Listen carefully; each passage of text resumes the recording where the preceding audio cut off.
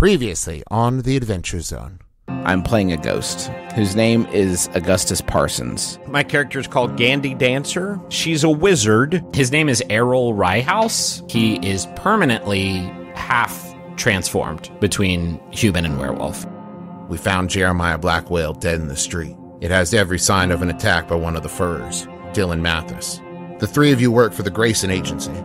Abigail Mathis, Dylan's mother and owner of the silver mine south of town, had hired Graysons as arbiters, but didn't state in the telegram what it is you'd be handling. When Connors first brought Dylan in, he wouldn't shut up about his innocence. Now he's keeping quiet. Abigail and Connors have agreed to bring you all in on this to try to sort it out. It's midnight now. At 8 a.m., the whole town is going to be awake. Once they find out what's happening, all hell is going to break loose. You have 8 hours. Good luck.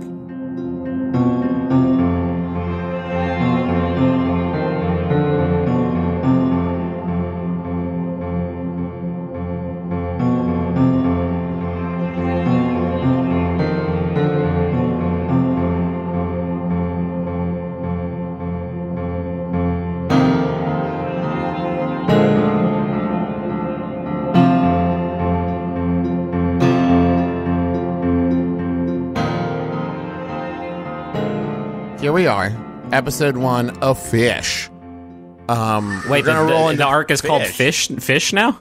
A fish. Welcome to the Adventure Zone, Fish. What's going on under? Fish. No, that'll be the 6th one, if I know my alphabet correctly. We are doing that, right? The next one is Extravagance. So I was going to just jump straight into the story, but last night, as I was figuring stuff out, I came up with a mechanic that I really, really like that I'm going to share with y'all.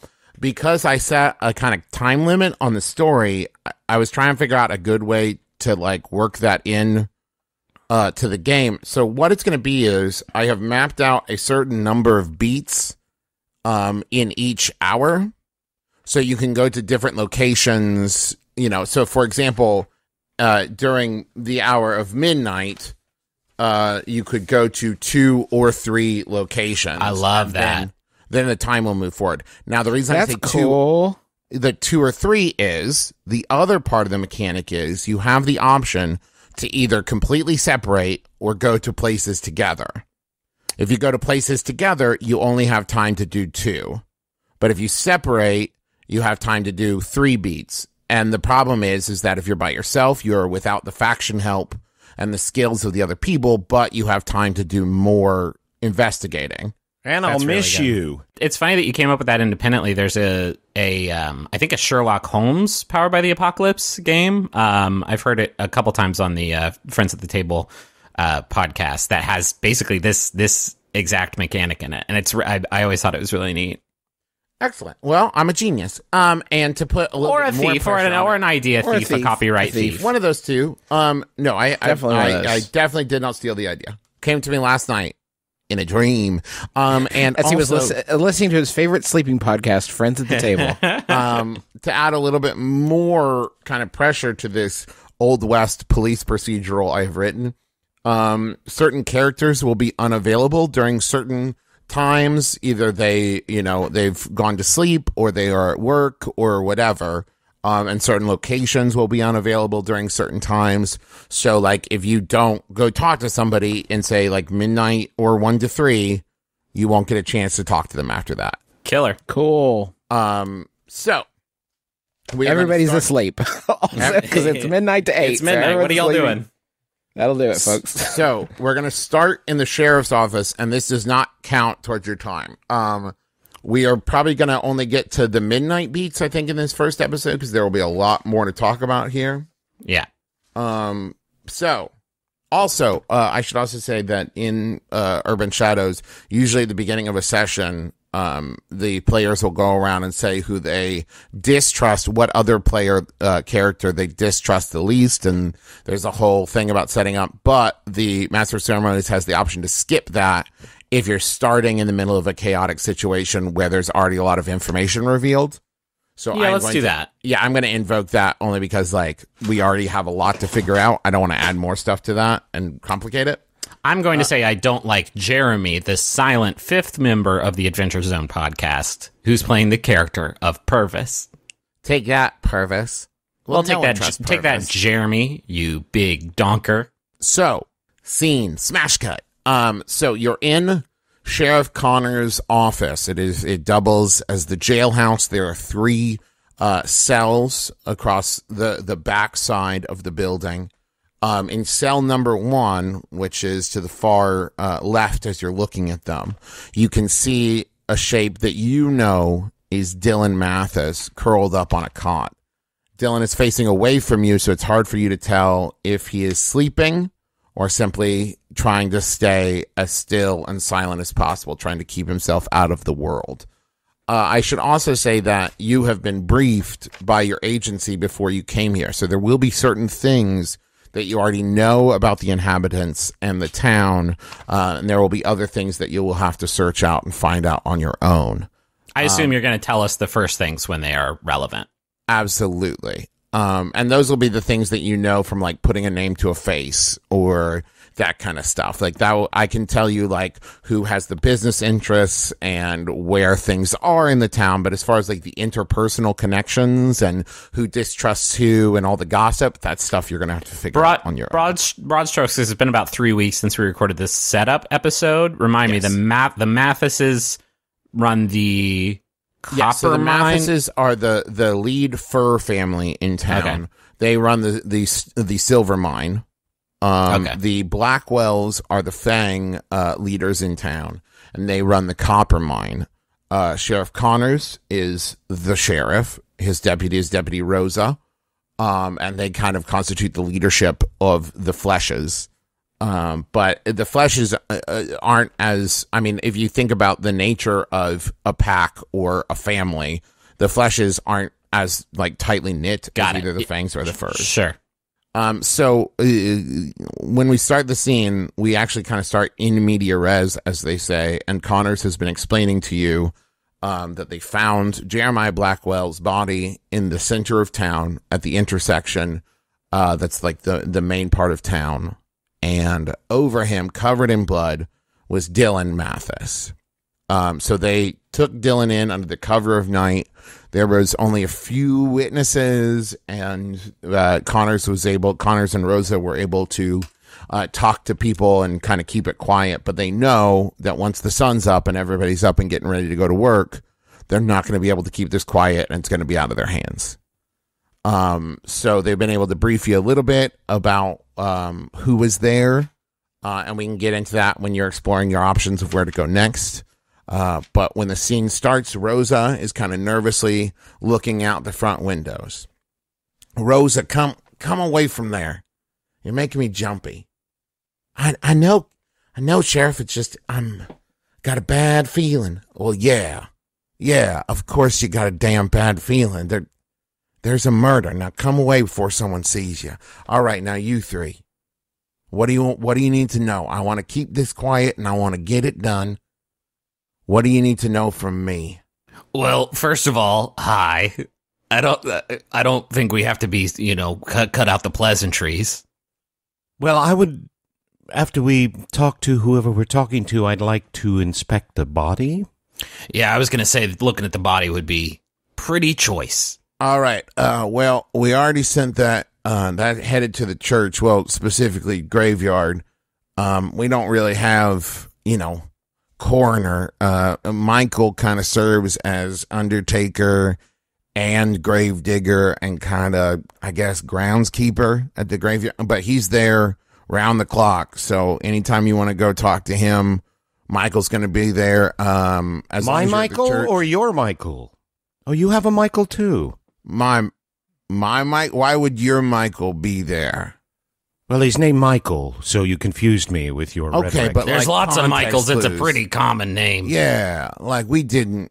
Okay, there are people named Connor. I don't know about Gandhi. You might be the only one of them. But anywho, while you're at the church, you might also talk to Father Dante. He's been at the church all night, as far as I know. So he ain't like a witness or nothing, but he might be able to give you some kind of information. So as far as witnesses go, we know, so it happened like right in front of the Sterling, and by definition there, because of, how Space Works right in front of the Full Moon Saloon, so you might talk to Wilder there, or you could check in with Isabella at the Sterling. Oh, I think you might check and see if Mr. Silver was working late. He usually does that, and that's right there in the square too. Sorry, I haven't been here that long. There's a dude named Mr. Silver here in the town where you mine silver with werewolves who are allergic to silver. Well, to be fair, I don't know if that's his real name.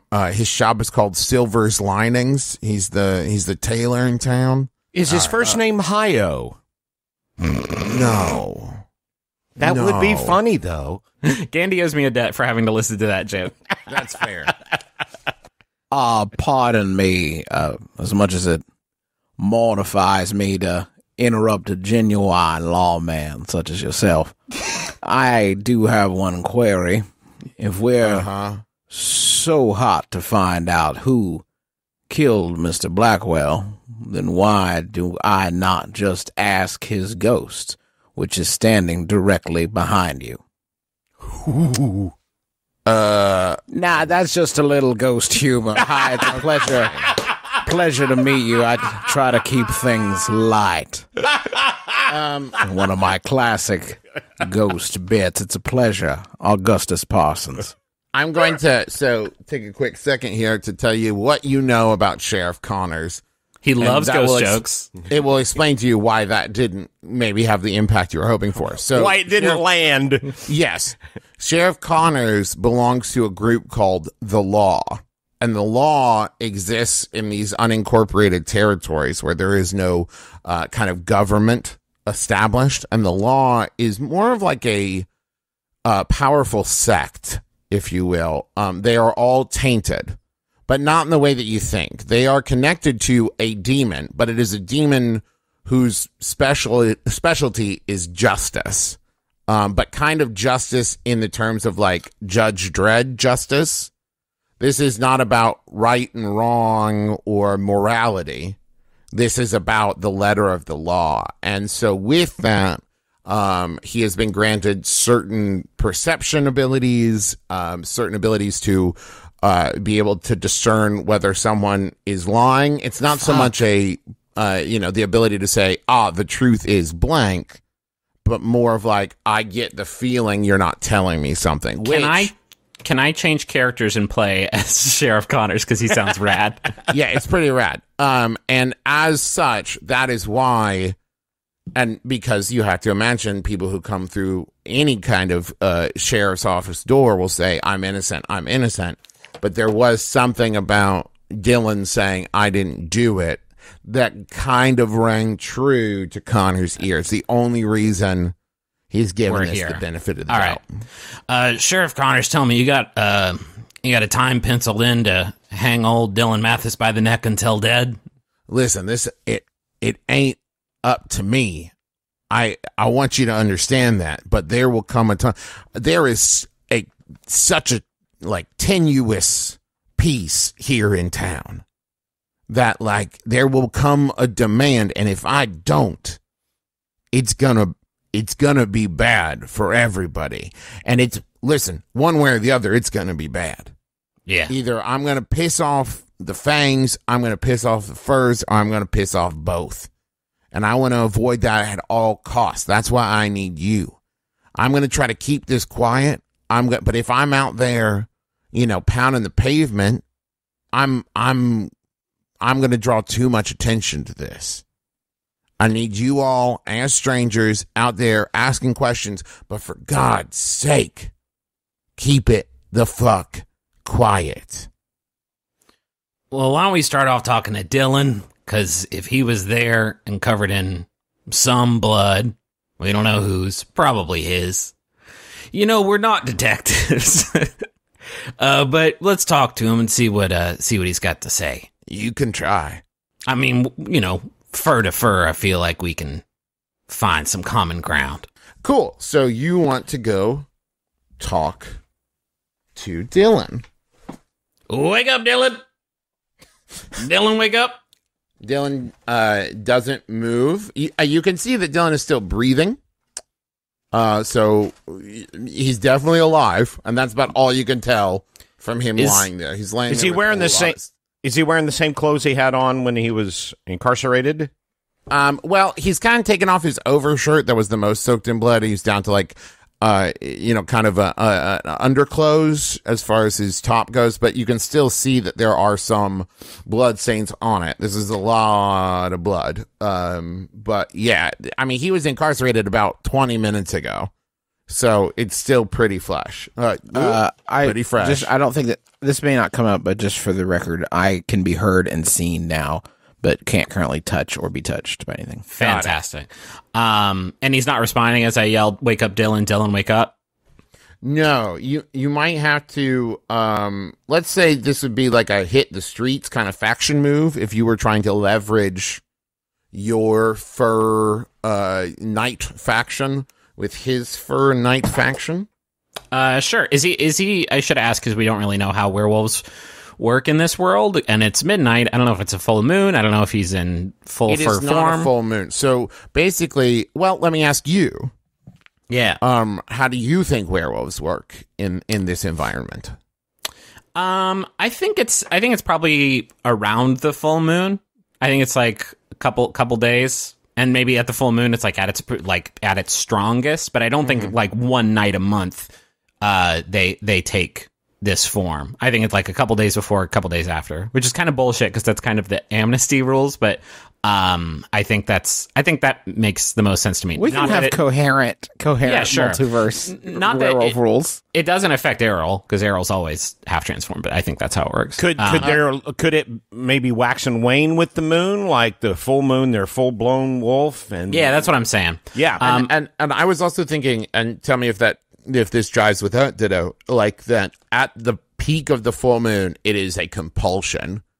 That like it cannot be avoided, but on the days before and after, it's more of like, just be careful, don't get too worked up. Sure. Like that kind of thing of like, it's a risk, but it's definitely controllable, especially for elders. You know what I mean? They're a little bit, but when you're looking at like young people with all their hormones and hula hoops, it's a lot harder for them to control. Their yo-yos and their Pepsi Colas. Let me hit the streets to try to wake this little dude up. Cool. Give me a roll. That is a 6 + 1, a 7.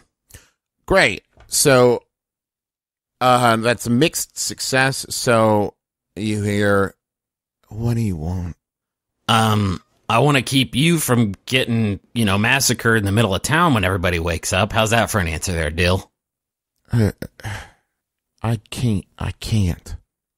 Can't's just a won't with a pretty face on it. No, listen, that's nothing. Dylan, I know, I don't care how you feel about it. You're actually the only one who can in this situation. So, I need you to get up and just come talk to us. I'm not going to force you to do nothing you don't. What? She wouldn't want me to. I promised.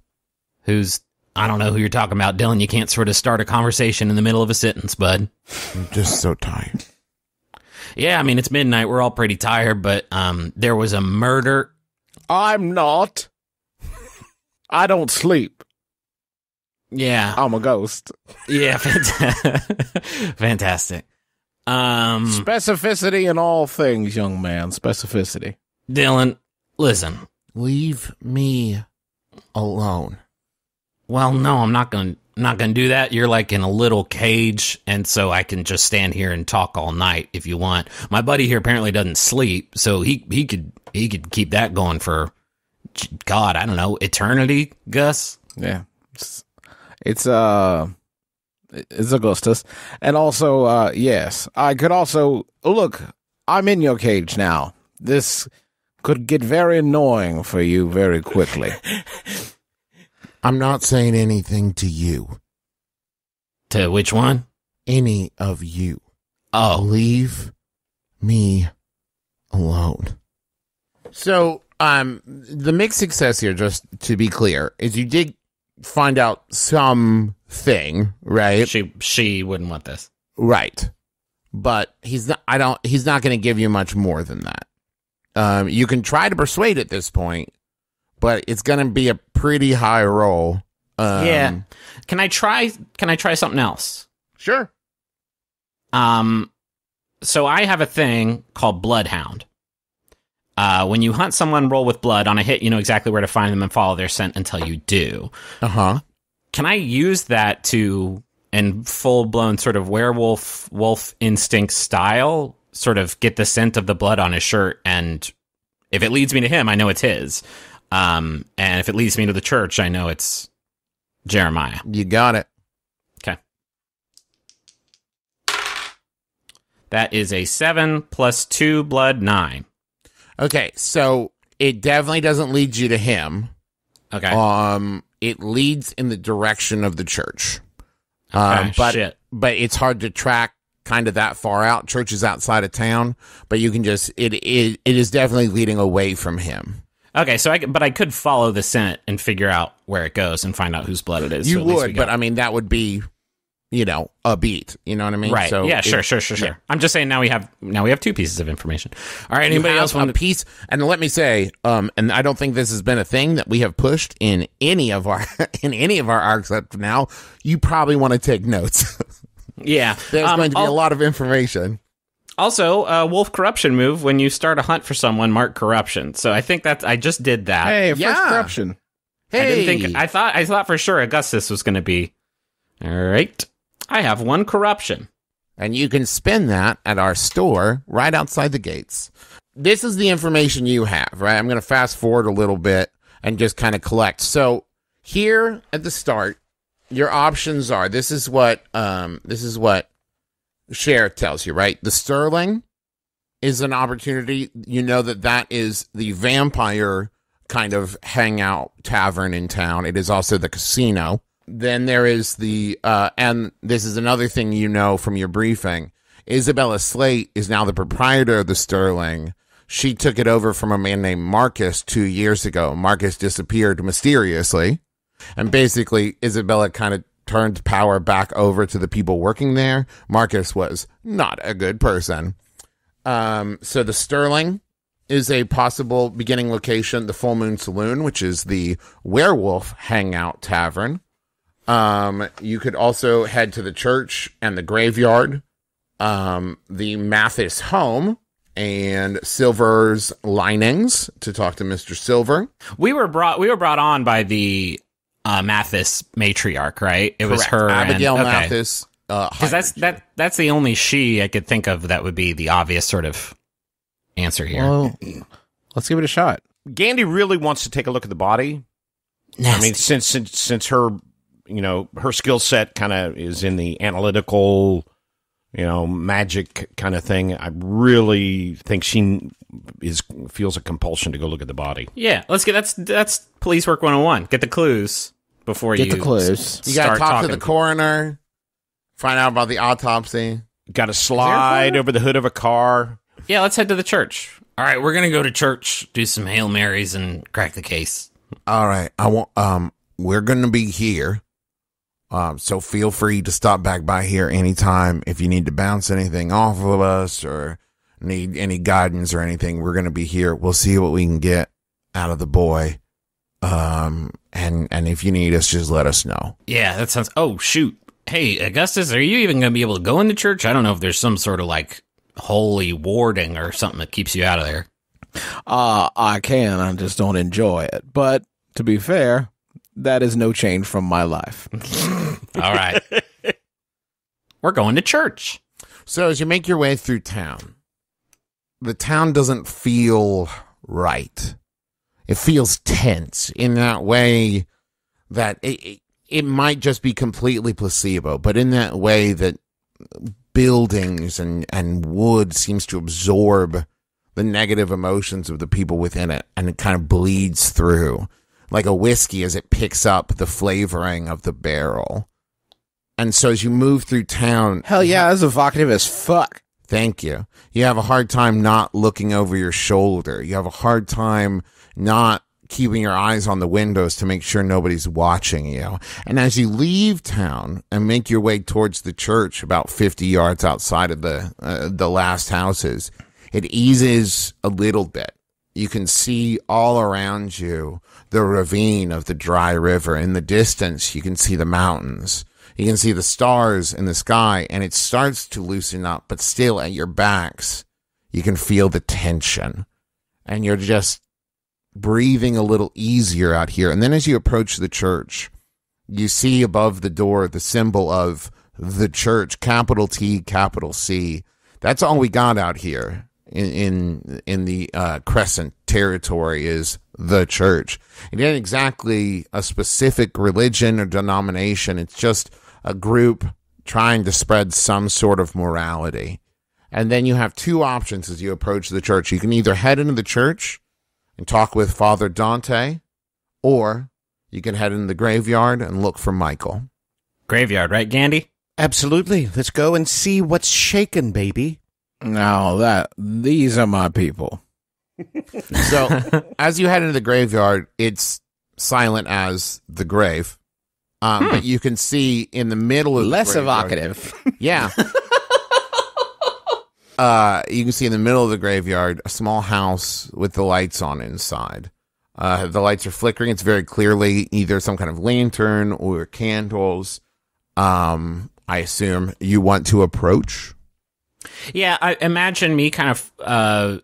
I want to keep following this, like following the wafting scent of the pie through the air as I follow the scent.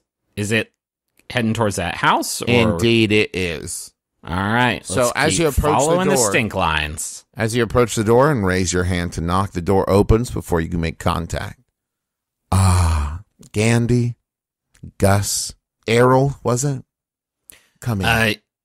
Yeah, it's ERROL. I know a lot of people on Twitter have trouble with that.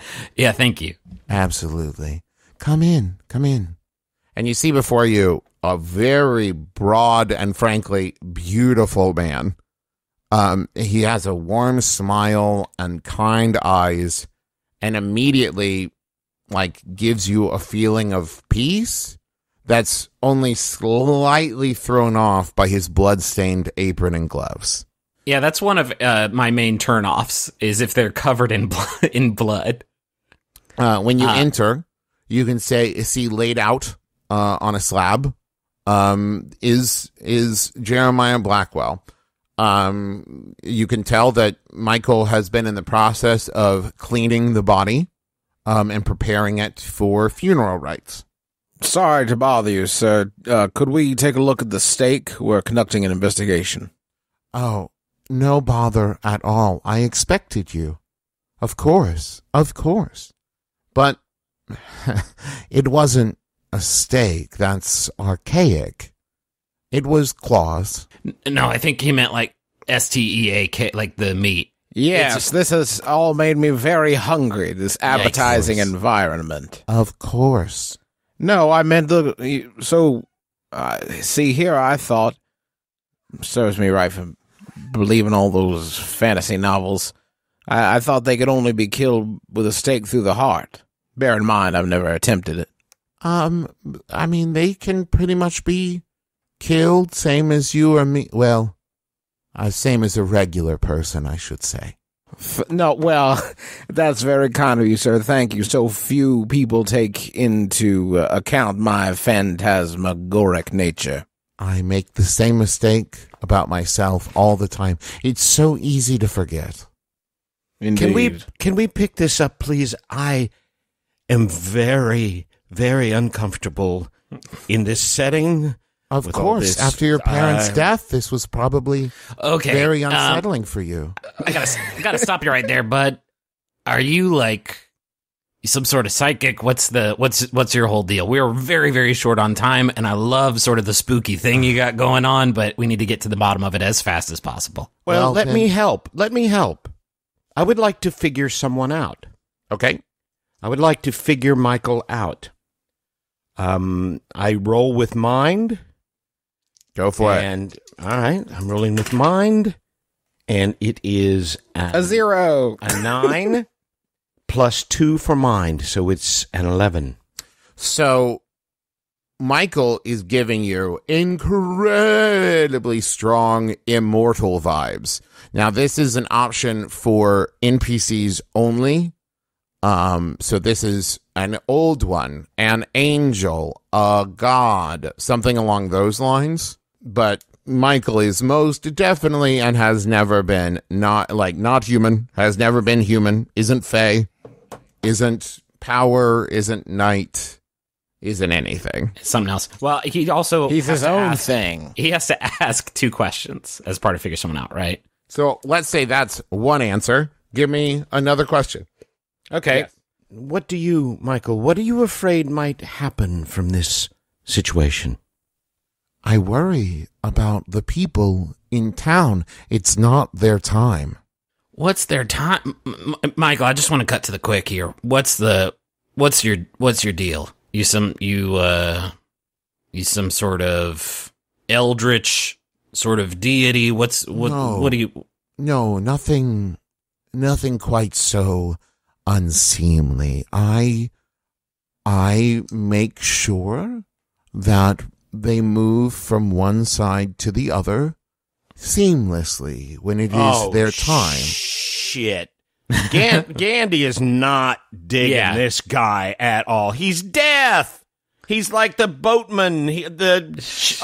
Fuck a duck. Now, those at home who may have studied theology will know that Michael is the name of the angel of death. Yeah, Archangel so of that Death. works. Yeah. Oh, wait a minute. Gandhi goes in the corner of the church and barfs.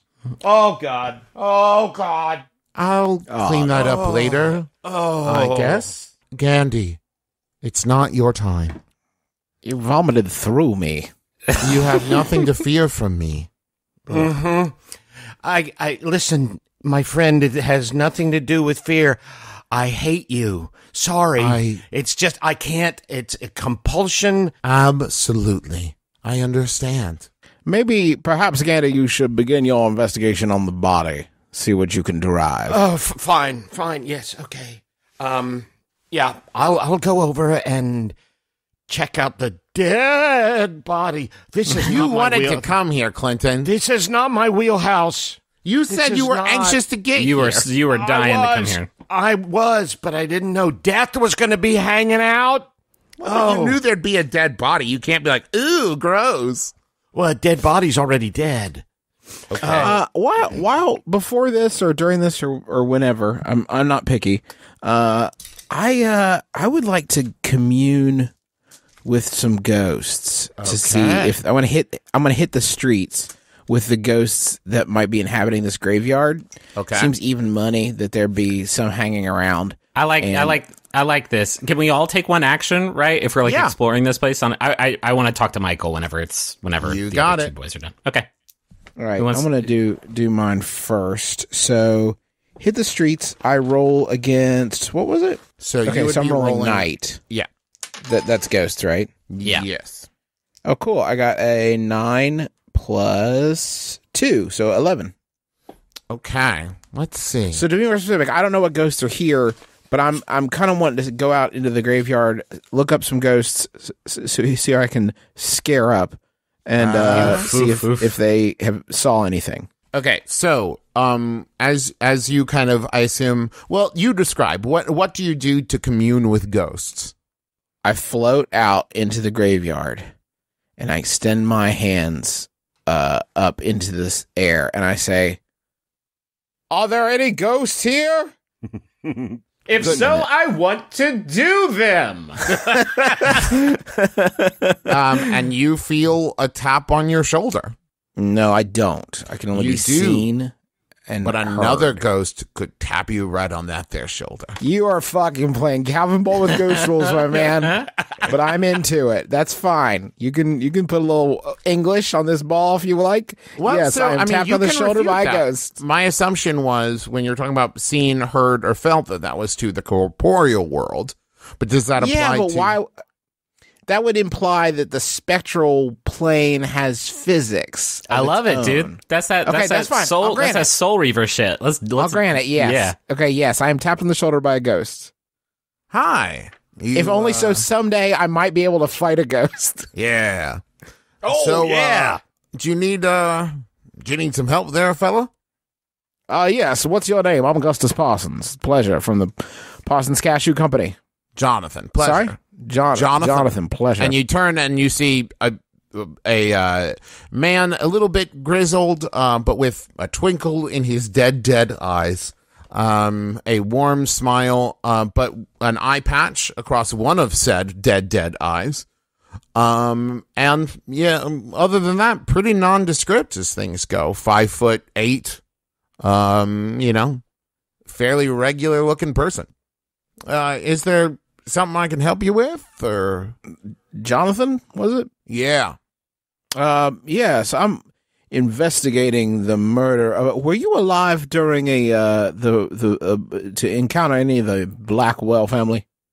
Yeah, I'm very familiar with the Blackwell family. But I had to tell you, if you're looking for information, I've been here about 10 years, so I don't know how much help I could be. Well, I understand that, but one of the Blackwells, Jeremiah, was took a little poorly tonight, by which I mean he was murdered. And there was a blood trail leading this way to the church, and I was just curious if you had seen anything unusual tonight. Well, I mean, honestly, that does explain a few things. Go on, I'm all ears. Well, I didn't know who it was. I mean, it was just in passing. After you've been here a while, you get kind of attuned to things. I felt, sure, I did feel, kind of a spirit move from here to there, if you know what I mean. And the overwhelming feeling was, and you could see him kind of squirm, like he's trying to pin down that feeling in his body. I'm sorry, it's been a long time since I felt in the human way, you know what I mean? So I'm trying to of course, confusion, betrayal. It wasn't, you'd expect murdered person, you expect anger, sadness, but this was just confusion. So you're thinking maybe they weren't prepared for the attack, sort of came out of nowhere perhaps, or they were confused by the assailant?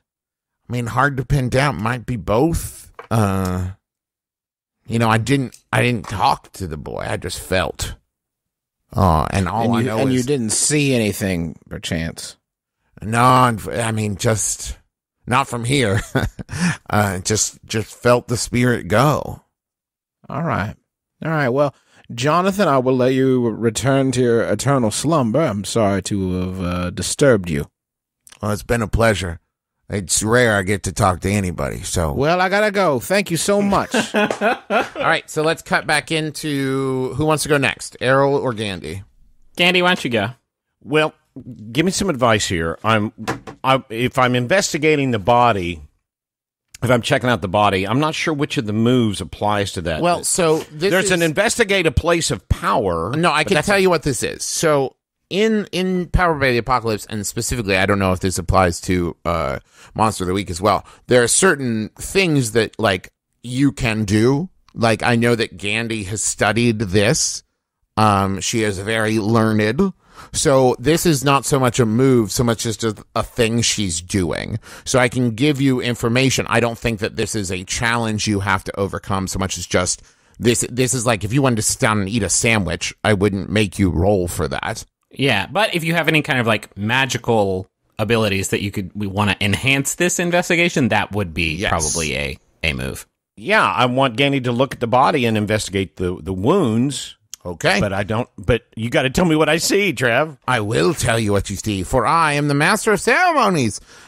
So what you see is two kind of cross sections, and because I can't think of a better way to describe it, like Wolverine's claws have been pulled across his gut. I've solved it. Okay, hold on. And those wounds, though fairly razor sharp, very clearly went deep, and he bled out. Michael has packed his internal organs back into the wounds, but he was eviscerated. Yeah, okay. Yeah, that kind of does look like werewolf stuff, if I'm being honest. And that's not great for us, I don't think. So do just a straight up and down investigation. What's your mind, Clint? +2. Okay, so do an investigation roll plus mind for me. Okay. That would be 8 + 2, 10. Great. So what you can see as you investigate past just kind of surface level is along kind of the edges of the wounds. There's some trace of like metal dust, some kind of powder. It looks to be a mixture of silver and copper.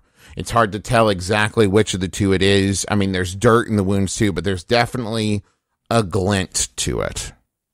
I would like to take a sample of these scabs or whatever they are back to my sanctum sanctorum to do a little bit of checking, maybe getting to the bottom a little bit. I have an assistant there who might be able to tell me a little more. Okay, so that's just so you know, if you go back to your sanctum, that's going to be like your beat for the next one. You know, I'm cool with that. Great. Hey, can we for the essence of like for efficiency of storytelling, can we just assume that if we derive information from any of these sort of little beats, that we have passed that information along to our cohorts to save us from having to like reiterating everything? And then so we go to Errol. Yeah, I want to talk to Michael. Absolutely. So you deal with the dead here in the dry river, right? Yes, by definition, that is correct. I don't really know how it works. I don't know if you got some big hourglass or something counting everyone down. I haven't been at this very long, but I kind of understand this is, it's wet work that we're doing here. And before we go any further with this investigation, I think it'd be helpful to know you got an idea of whose time's gonna run out tonight? It's not quite that easy. I see stretched before me 3 different possibilities. And the problem is, if I were to give you any information about those 3, I would affect which 3 came to pass. And I am not permitted to do so. I can only discuss the present and the past with you.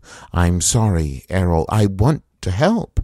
I want to give you the information that I can. It saddens me to see Jeremiah here. Yeah, it's a bummer. I want to try to persuade just to ask one specific thing. Go for it. Yeah, persuade an angel. Should be easy. Should be easy. No, should be no problem.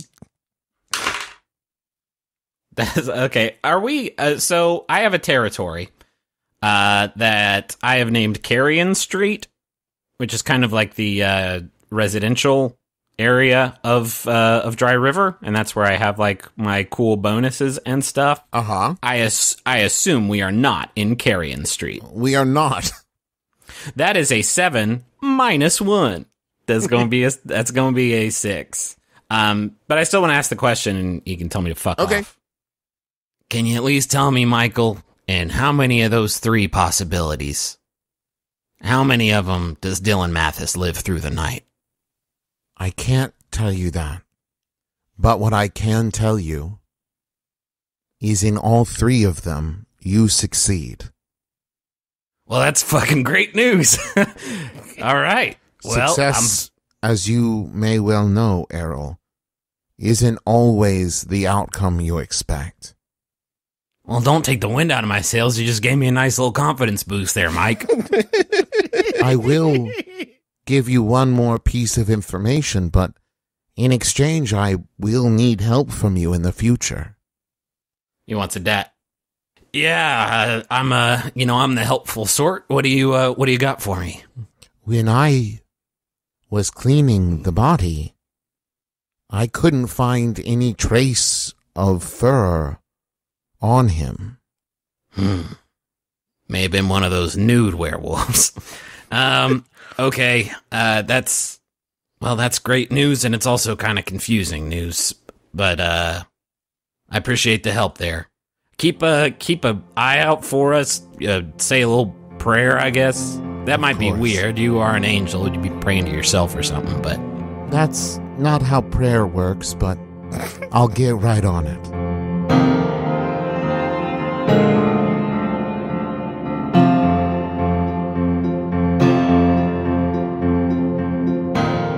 Hey everybody, this is Griffin McElroy, your werewolf president, your best buddy, and thank you so much for listening to this episode of The Adventure Zone. I don't even know how we're numbering these anymore, but it's the first proper episode of The Adventure Zone Dust, and I hope that you're really enjoying it. I don't think me and Juice and Dad really knew what to expect from this arc, but this first episode was really cool to record, and we hope that you have enjoyed listening to it, and will continue enjoying listening to the rest of the thing that Travis has made for all of us, because he's such a kind and giving boy. I have a few Jumbotrons to read in this episode here in the little commercial break. First one is, I want to tell you all about Essential NPCs. You can find it at essentialnpcs.com or on iTunes or on YouTube or wherever. If you like Taz and aren't being forced to listen against your will, blink twice. Try Essential NPCs, a podcast that samples some of the best and possibly some of the worst tabletop RPGs. Save the fantasy cyberpunk future in Shadowrun. Patrol deep space's uncharted realms. Join a steampunk race around the world of Tefra. Or explore the post-apocalyptic Atomic Highway. More than 100 episodes featuring a rotating cast of role players no one's ever heard of. That's not me being mean. The copy says that. Are yours for the listening. Go to essentialnpcs.com. This sounds fun. I actually checked out Uncharted Realms. It's funny they mentioned that. It's like another cool Powered by the Apocalypse space game that I've wanted to maybe do, but I've never heard anybody do it before. So this would be a great opportunity to dip your toe into all these other games here. I also want to tell you all about Steel Empire. That's Steele Empire, which is a production company that produces podcasts, including the D&D podcast A Quest for Magic and Steel. And they have a new first-person sci-fi audio drama experience. Unravel the mystery as Lawful Good searches for his family in post-apocalyptic Ark City. Getting into Ark City changed them forever. Getting out will change the world. Hold on, let me do that in my trailer voice. Getting into Ark City changed them forever. Getting out will change the world. Start your adventure through any podcast player or at steelempire.com. That's Steele. Don't forget the last E for entertainment. Okay, I was wondering what the extra E stood for, and now I know it stands for entertainment. I want to thank everybody who's been tweeting about the show using the Zonecast hashtag. We really appreciate all of the feedback that we've gotten on all the experimental arcs that we've been trying out here.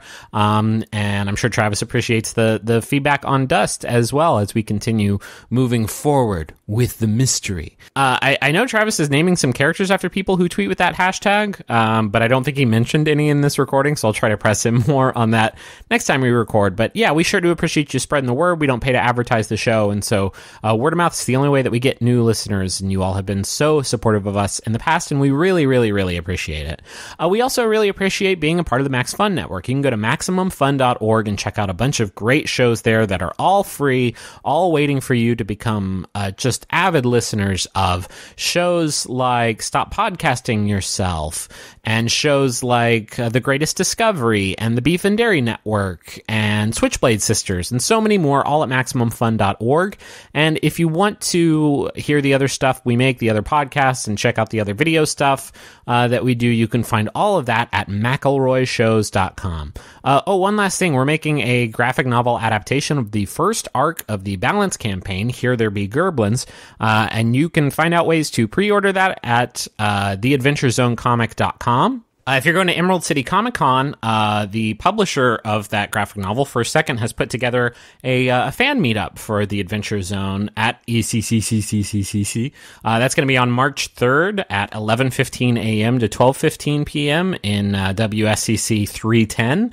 and you can go and hang out and be a part of a cosplay music video and enter a raffle for a chance to win an advanced copy of the book. So that will be very exciting. We will not be in attendance at Emerald City Comic Con, but go hang out with your folks and maybe get a chance to get your hands on the book a little bit early. I think that's it. We will be back next week, next Thursday, March 8th, for the next episode of Taz Dust. So I will talk to you then. Goodbye.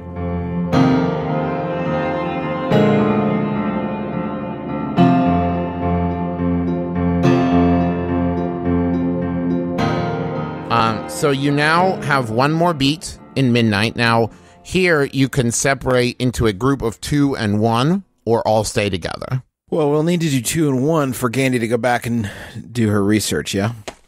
Yes. And Gandhi wants to take the body with her. Is that possible? Okay, then... I should say, all right, tell me, character, Michael would not allow that. Yeah, that's wild. Yeah. That's not just me being like, no.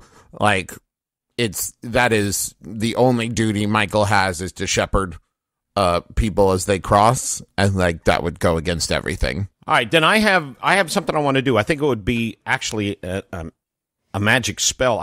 It's not necessarily a magic spell. Go on. Wizard spells. Yeah. Not Zone of Truth. Not gonna go there. I mean, that's barely a spell. Could I do Zone of Truth? No. Okay. No. What I want to do is I want to take as much information back to my assistant, my homunculus. I had this idea of maybe that Gandhi would have these. What are they? How do you pronounce it? Pince-nez, the little glasses that go on your nose.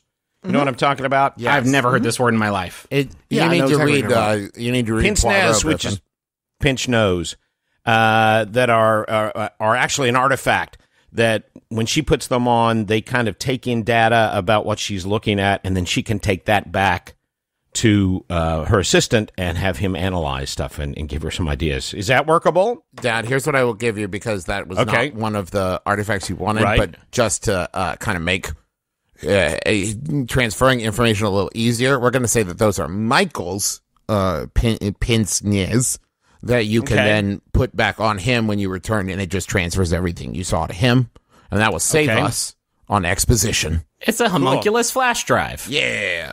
I was thinking more of like a homunculus GoPro, but... Yeah, sure. Well, then I'll take that. I'll take that and some of the scabs from the wounds. Perfect. Yuck. You take a few scrapings and do a good sweep of the area. So Gandhi is going to head back to her Tower of Power. What's it called? Sanctum Sanctorum. And what the Black Mariah. The Black Mariah. And what are Errol and Augustus going to do? What do you think, Griff? We could go talk to the Mathis matriarch, but seems like we should have our ducks in a row before we sort of confront her about her son's potential murder. Makes sense to me. He was killed outside the Sterling, right? Maybe somebody there saw something that could help us out. Well, that's possible. I would worry, though, that Sterling, being a house of ill repute, might be more inclined to discretion than the patrons of the saloon. Yeah, I mean, Full Moon Saloon, that's my folks there, so we might have a better chance of getting some actionable info there, so. Indeed. All right. Also, I'm thirsty as heck, and they got a root beer there that'll knock your socks off. It would probably fall right through you, which is a dang shame. Mm-hmm. Speaking of, give me a moment. Augustus is going to be heard and felt, but not seen. Creepy. Hey, I got a pick too, baby. Yeah, Gus, you gotta warn me when you do stuff like that, pal. It is disconcerting to have somebody just vanish right in front of my eyes. Augustus is silent. Excellent. I'm still here. Oh, God. Let's resolve Gandhi's first. So, describe to me and our listeners the inside of your Sanctum Sanctorum. It's a Black Mariah is what it was called. It's a very large, in this case, a very large one that the police used to use to collect prisoners.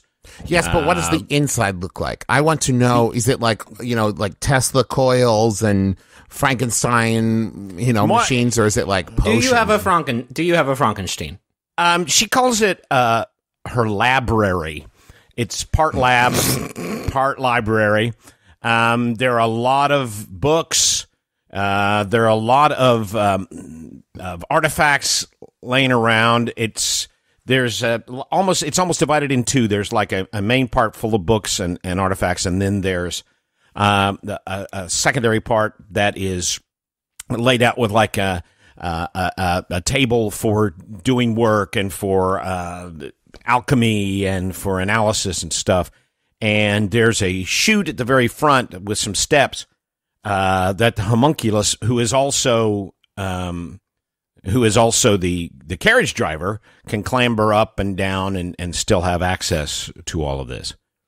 I'm thinking very much like the train car that James West used in the TV show The Wild Wild West. The only canonical Wild Wild West. In my book, yes. And she has this assistant. I mentioned before the homunculus, but now since I have to change his name, you don't have to change his name. We're not going to have two Michaels in the show. In the real world, people have the same name. That's true, but this is not the real world. People go to the bathroom and they have the same name. I have a nickname. This just happened on Terrace House Boys X Girls Next Door, where another Taechon showed up at the house. There was already a Taechon at the house, so they call him OG, which means Prince, which is the most wild. I'm going to call you Prince now. And he actually says, like, I would prefer you not call me Prince. And then literally next scene, everyone is calling him Prince. Well, Terrace House was my inspiration for this. Good. Actually, the illegal fan subbed Terrace House Boys and Girls Next Door was Dad's inspiration. She has this homunculus that is basically, a homunculus is a doll or an artificial construction, sometimes possessed by something else. So she calls him Uncle Oni. He's about 2 feet tall. He's a Bunraku puppet. And Bunraku puppets are these elaborate, beautiful puppets that have been an art form in Japan for centuries and centuries. And this is possessed by a demon. And Uncle Oni is very powerful. And we already know that she has a debt to Uncle Oni. And that's who she goes to when she needs advice. Is this something you said in the setup episode that Gandhi was like a world traveler? Is this something that she picked up while like traveling in Japan, or? Yes, absolutely. Okay. Yeah, she has artifacts from all over that she's found as she is. And it was particularly interesting to her, the fact that basically a demon, is alive after death. And so this is kind of one of the ways. Here you have a disembodied spirit placed back into a form that was very interesting to her. Yeah, I think that'd be interesting to pretty much anyone. Yeah, that'd be interesting. I would be fascinated by that. Okay, cool. So I'm going to say, you can ask 3 questions of Michael a day, right? So you can't just keep coming back here. This is what your debt to him. This is the arrangement that you made, or to Uncle Oni, excuse me. Uncle Oni. So you can come ask 3 questions, but once you've used those 3 questions, you're done for the day. And I think that those questions, Uncle Oni is going to have kind of final say as to how much information your debt has earned you. And I'm also going to put the limit on them that they're going to be who, what, where, when, and why questions. So Gandhi walks into the Black Maria. There are like wards and things that would keep people out. She goes into the back part and calls out, Uncle Oni! Uncle Oni! Yes? Hello. And Uncle Oni visually has this sweet cherubic fat little face, but when Uncle Oni is in kill mode, it switches to this really awesome mask. This is a hostile action on your part, Dad. Yeah, this is a hostile action you've taken against me. I've seen I've seen some pictures of some pretty scary looking puppets like this. Do you have a question for me, Candy? Travis, what is this voice? You know how sometimes you open your mouth and like a voice comes? I think that's the voice of the little like forest wizard character from, I've only seen on Mystery Science Theater 3000 of like Jack Frost. And there's the character and he turns the character into a bear because he like doesn't carry him. I can't remember, but that voice is always stuck with me. I thought it was reminiscent of Coily from MST3K. That's also that. No springs. No springs. Yeah, let's lean into Coily. I like that. Okay. What can I do for you, Gandhi? Uncle Oni, I brought some scabs for you. Disgusting. These are from a wound, and I want to ask one question. Today's one question: what is this substance in the wound? What is this powdery substance? Give me my glasses and let me look.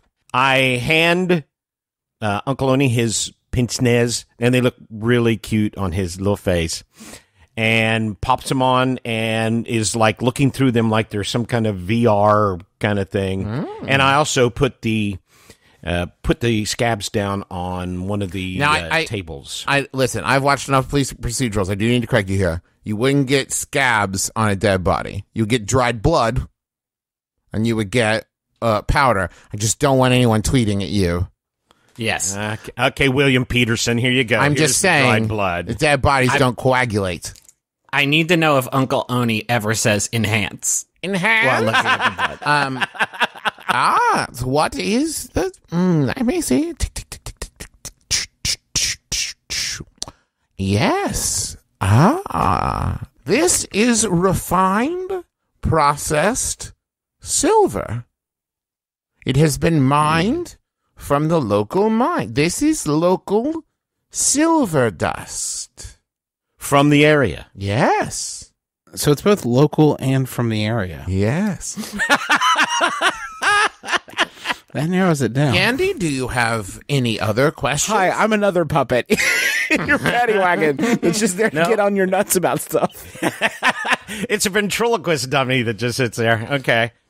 No, Uncle Oni, I'm going to save my other questions. You can dig right into the dried blood if you want. If you'd like, I could just tell you who did it. No, that takes all the fun out of it. You know me, I'm all about gathering information. Okay, just know I'll be here if you want to exchange me any more of your soul. I can just tell you. No, I'll hold off. Getting rid of my soul, I'm not quite prepared for that, and I'm getting a little nauseous just thinking about it, but may I wear your pince nez again? Of course. Do come back and see me. And let me tell you one thing. This situation is extremely dangerous, and I know we've been through some dangerous times before. For those of you who don't remember the prequel, Gandhi Dancer and Uncle Oni in the pits of despair. So be prepared, be ready. This is a very hostile situation. I would hate to see anything happen to my sanctum sanctorum. Oh, I will protect it, and what will you give me? Well, I actually was concerned about you, so that's the only reason I suggested. If I lose this form, I just find another. Not without my help, you don't. Oh, the hubris. I will look forward to being free from this body. Go ahead. Hope springs eternal. We shall see. Can we do another scene, or you guys going to just keep dropping one-liners on each other? Okay, so let's move on to Errol and Augustus. You are heading to the Full Moon Saloon. Is that what you've said? Right. When you arrive at the Full Moon Saloon, it is now, let's say about 12:30, and it's a school night, so there's not a lot of people there. You see the bartender, Wilder. An older fur, he's gone gray. He has a gray beard, long but well kept. The bar is clean. He is well dressed, aged, but still clearly he could kick your ass if he needed to. At least, you, Errol. Maybe not Augustus. Are you corporeal at this second? Are you touchable? We've covered this. Okay. I'm corporeal, but I'm invisible, basically. Got it. So, until you speak, and let's make sure we keep this in mind, until you speak, it's possible that no one knows you're there. That's the idea. Yeah. That's the idea. And also sitting at this bar, there are two women. They are not sitting together. They are fairly far apart. It's clear that they are not with each other. But one you recognize as your employer, Abigail Mathis. Shit. Okay. I'm going to float over to Abigail Mathis. Not float, I guess slowly walk within earshot. Okay. Yeah, are they having a conversation when we walk in, or is she just kind of drowning her sorrows right now? Well, she is both drinking, but also waiting. I think she kind of expected you sooner. I walk up to the bar and sit down at the stool next to her, and I say, let me get 2 root beers. Let me get 1 root beer, please. And you can put it on the Grayson's tab. About goddamn time. No need to take the Lord's name in vain, Abigail. We're out here, busting our humps, trying to find out what we can find out. My son has been locked in that cage for almost an hour. You better be close to solving this goddamn thing.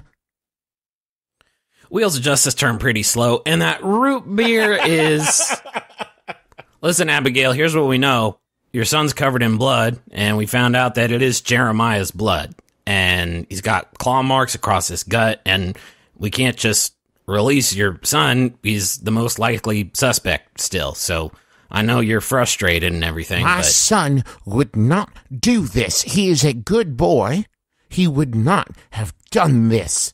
He's a good boy, but he's a shit suspect. He wouldn't really tell us much when we were in there talking to him. He always has been quiet.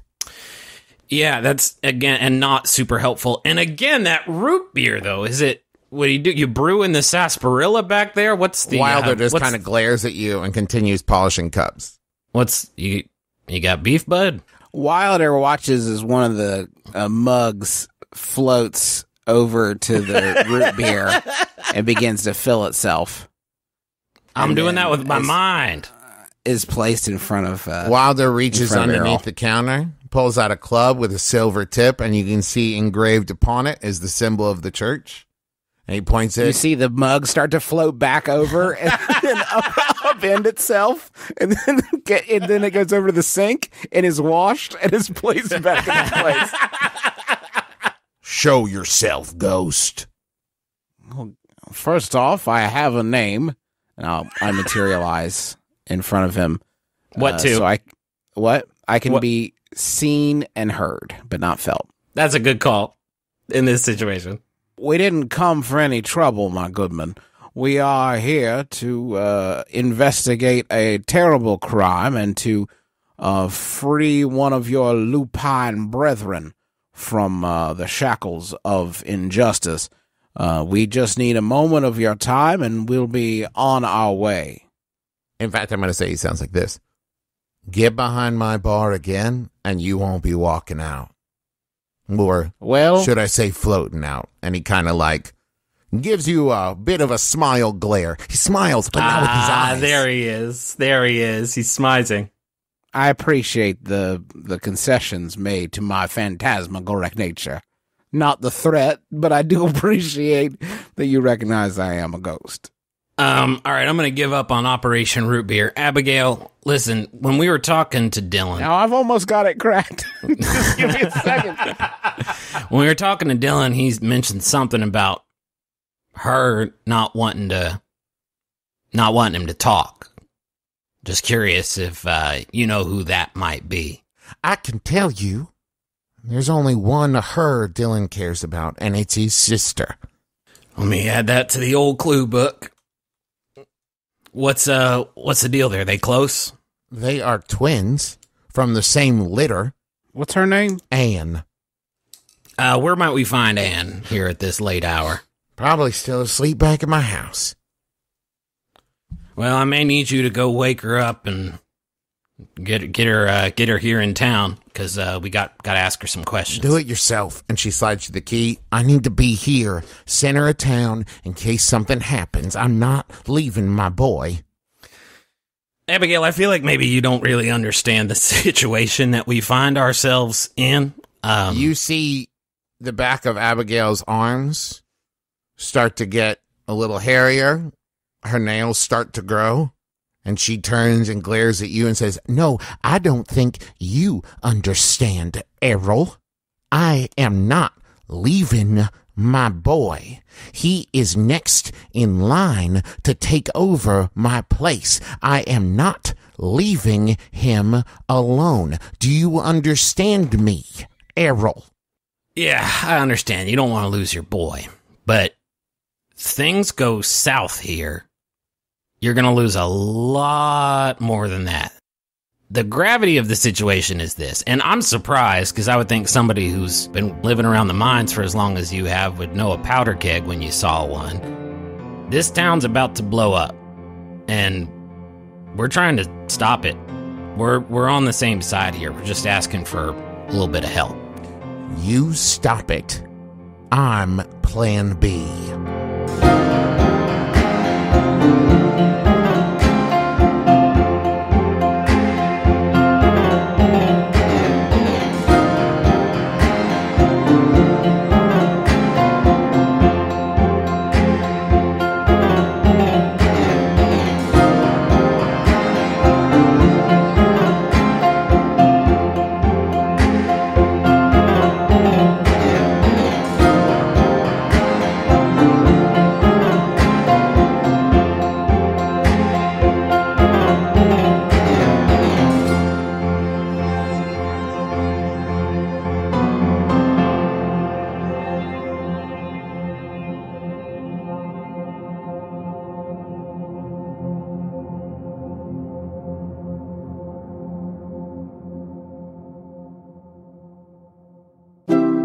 MaximumFun.org.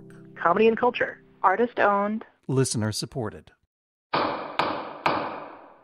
Judge John Hodgman ruled in my favor. Judge John Hodgman ruled in my friend's favor. Judge John Hodgman ruled in my favor. I'm Judge John Hodgman. You're hearing the voices of real litigants, real people who have submitted disputes to my internet court at the Judge John Hodgman podcast. I hear their cases, I ask them questions, they're good ones, and then I tell them who's right and who's wrong. Thanks to Judge John Hodgman's ruling, my dad has been forced to retire one of the worst dad jokes of all time. Instead of cutting his own hair with a Flowbee, my husband has his hair cut professionally. I have to join a community theater group. And my wife has stopped bringing home wild animals. It's the Judge John Hodgman podcast. Find it every Wednesday at MaximumFun.org or wherever you download podcasts. Thanks, Judge John Hodgman.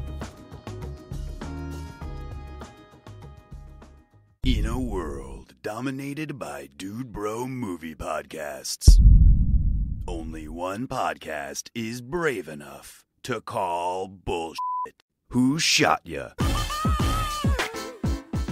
The podcast that dares to say that white dudes' opinions aren't the only opinions. If you have a movie pass, get a ticket to it to support Taraji, then go home. Ant-Man seems so unnecessary at this point. Ant-Man is like a ketchup packet too many. Who Shot Ya?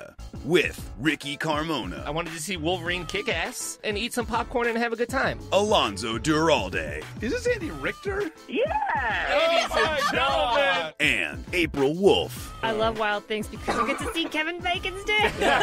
Who Shot Ya? Listen every Friday on Maximum Fun or wherever you get your podcasts.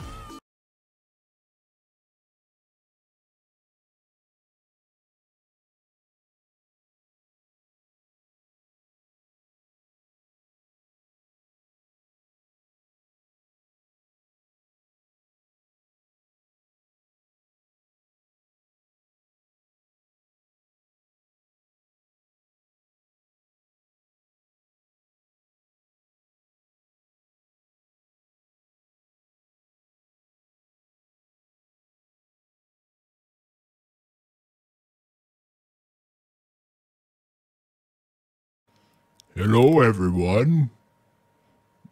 Well, Griffin had a baby. Hello, everyone.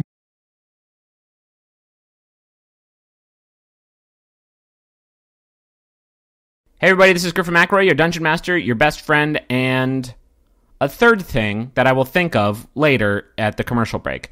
Thank you all for listening to The Adventure Zone. This is going to be a special episode because Travis and Teresa had a baby, and we are so happy for them. Teresa and the baby are both doing very well, and so what you're about to hear is one of 3 episodes that we have ready for our sort of group paternal leave because my wife Rachel and I we're expecting a baby also in early December. So we are going to put out this episode now. I'm so excited for you to hear it. It is our Boston live show that we did at the Wilbur Theater. It was a sold-out crowd, and it was one of the best nights of my whole life. Everybody there was so spectacular, and I was really happy with how the story turned out. My hope is that the next episode you hear, which is going to go up on November 17th, will be the second episode in the Suffering Game arc that we just started. Man, that title's it's so brutal to say. But that is my hope. And then once I am also a papa, we will have 2 more episodes ready for you that I'm also so excited to get to. But this just had to be the first one that we put out for this parental leave block because you can't not have heard it anymore. It's too important. I think you're really going to enjoy it. And like I said, the next episode should be a regular one if things calm down a bit and we have some time to put some play time on the books. But for now, enjoy the Boston Live Stunt Spectacular.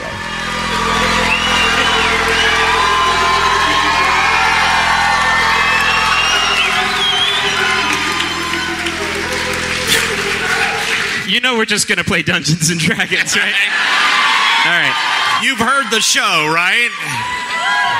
You guys... that was the loudest thing I've ever heard in my entire life. These costumes are wonderful, and thank you, boys, for the hard work that went into them. I did, this is a fun story, just have to help Dad change into his costume backstage, which was a horrifying look into the future.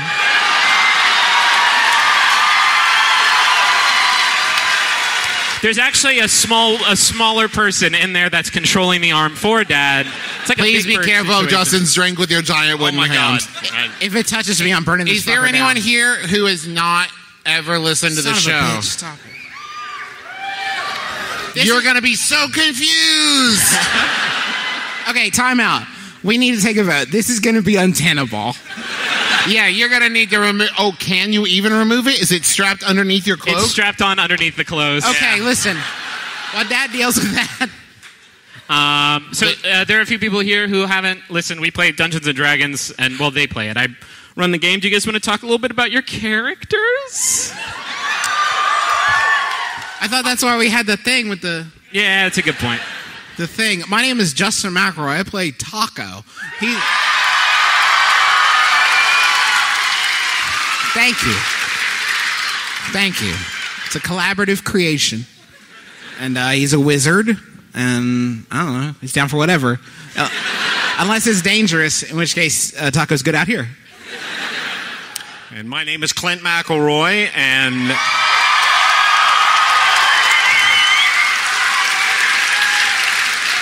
Are you just going to keep interrupting with these outbursts? Because it's cool. Yeah, do that. We've got all night. We got all night. I play Merle Highchurch, who is a cleric. An elf. It's funny because it's so true. Dwarf. Yep. He's a dwarf. Don't help him. He has to do this on his own. Cleric. Yep. He does clerical work. He likes long walks on the beach. Okay, Travis, what do you do? And I am Travis McElroy.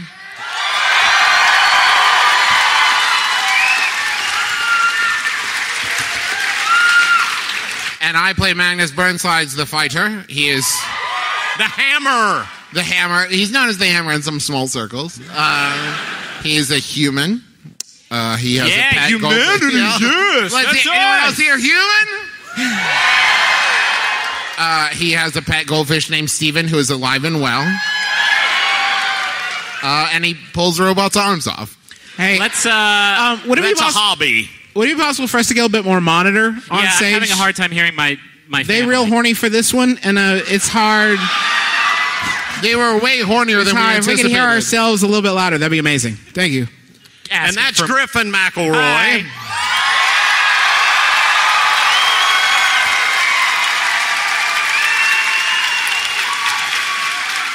And I play the part of Douglas. He's a gnome thief. Let's get started. Hell yeah. Yeah. Wait, Travis, can you hand me my assistant, Cavassier? Yeah. And Ginger Ale? Travis just bought a big box of beverages out here. It's a prop. It's not real. Yeah, that's a magic How the podcast magic potion. happens. I'm going to keep this down here so I don't block line of sight, because we're going to do, if this is an indication of the level this Cavassier is any indication, we're about to do some connection, you and I. So this is going to be a little... Lord. Oh, yeah. Oh, yeah. Travis, tell him what that is. Isaac, your Love Boat bartender, ladies and gentlemen. I don't know if you can see. Yeah, Travis, Holy make sure you shit. build a wall so nobody can see you. in the front And Dad's row. got Diet Coke. Can you show him the one bottle, the Andy? Oh, yes. This is from Columbia Brewing. Is that Andy? Are you here, Andy? Andy from Andy. This is the Burnside's Brew Smithery Magnus Burnsider that was made for us for this show.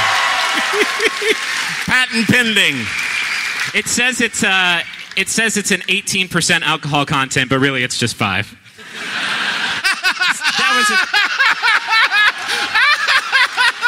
That was really good. That was funny. Yeah. Because you fucking cheat all the time. All right, so this is going to be a side quest. This is not in the current arc that we are currently exploring. Let's get going. So Merle, Magnus, and Taco, you all find yourselves in the bustling metropolis of Neverwinter. It's early spring. I think this would probably come right after Crystal Kingdom, right before the 11th hour, which we're in right now. So it's early spring, and I'm guessing that means it was just late fall, because they just skip winter entirely. Hi, Travis. Oh, thank you for the beverage. And you've been summoned to Neverwinter by a letter you received a couple of weeks after the whole Crystal Kingdom debacle. And the letter was sent by a name that you recognized, but it was one that you haven't really thought of in months. And it starts off, Dear Casey.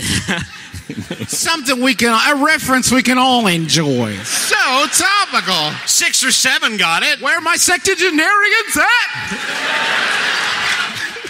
No, the letter was actually sent to you by one Jess the Beheader, who you befriended in the... Well, let's see if Dad can even... Oh, yeah. Do you remember Jess? Yes, Okay. I remember him. He, Nope, wrong.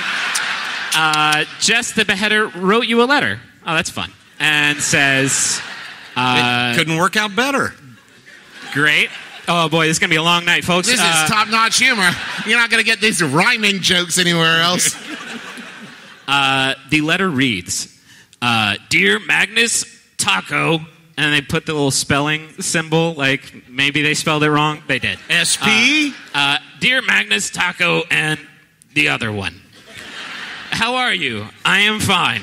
Wow, it's nice to catch up like this. So, I need a favor. I need a big favor. You all really kicked ass on that Rockport Limited mystery, and I could use your help solving another murder, and if you're feeling generous, I could use some help preventing a second murder. The first murder was Brock Thickstone. It was on a porn set.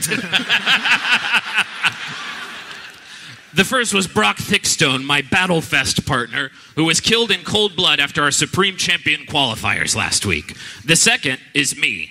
It would be very cool to not get murdered. Brock was killed in cold blood in the locker room here at Chaos Stadium, which is actually a really nice stadium, despite the name and despite the fact that somebody was recently murdered here.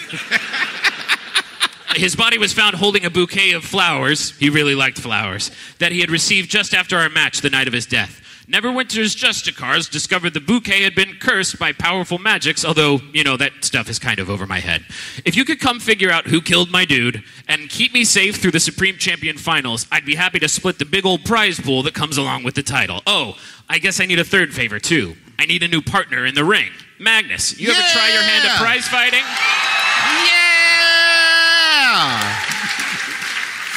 Yeah! Best wishes, Jess. And then in parentheses, I'll text her back. The beheader. Okay. You got it. Smiley face. So thumbs up. I guess you would correspond. Monorail. So the three of you took the first cannonball out of the Bureau of Balance headquarters and made a beeline for the Chaos Stadium, which is nestled in the northern outskirts So of they're okay Neverwinter's. with us just using company just resources like higgledy-piggledy? Like if we're late for a movie, cannonball me, baby. Maybe it's like that scene in Independence Day where Will Smith steals the helicopter and the guy's like, you can't take the helicopter. And he's like, you really want to shoot me? From Independence Day, you remember that scene? I should mention that you shared that cannonball with a special guest, one specifically requested in Jess's letter. P.S., it reads, if you're still in touch with him, just a thought, but could you bring the boy detective to...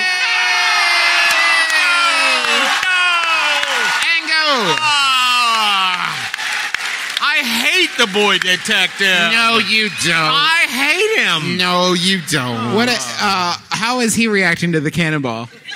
Do it in character. He was a champion. Do the voice. We're in media res right now. No, I thought we were in Neverwinter. Hey. Vocabulary joke. Drinking it in. Yeah.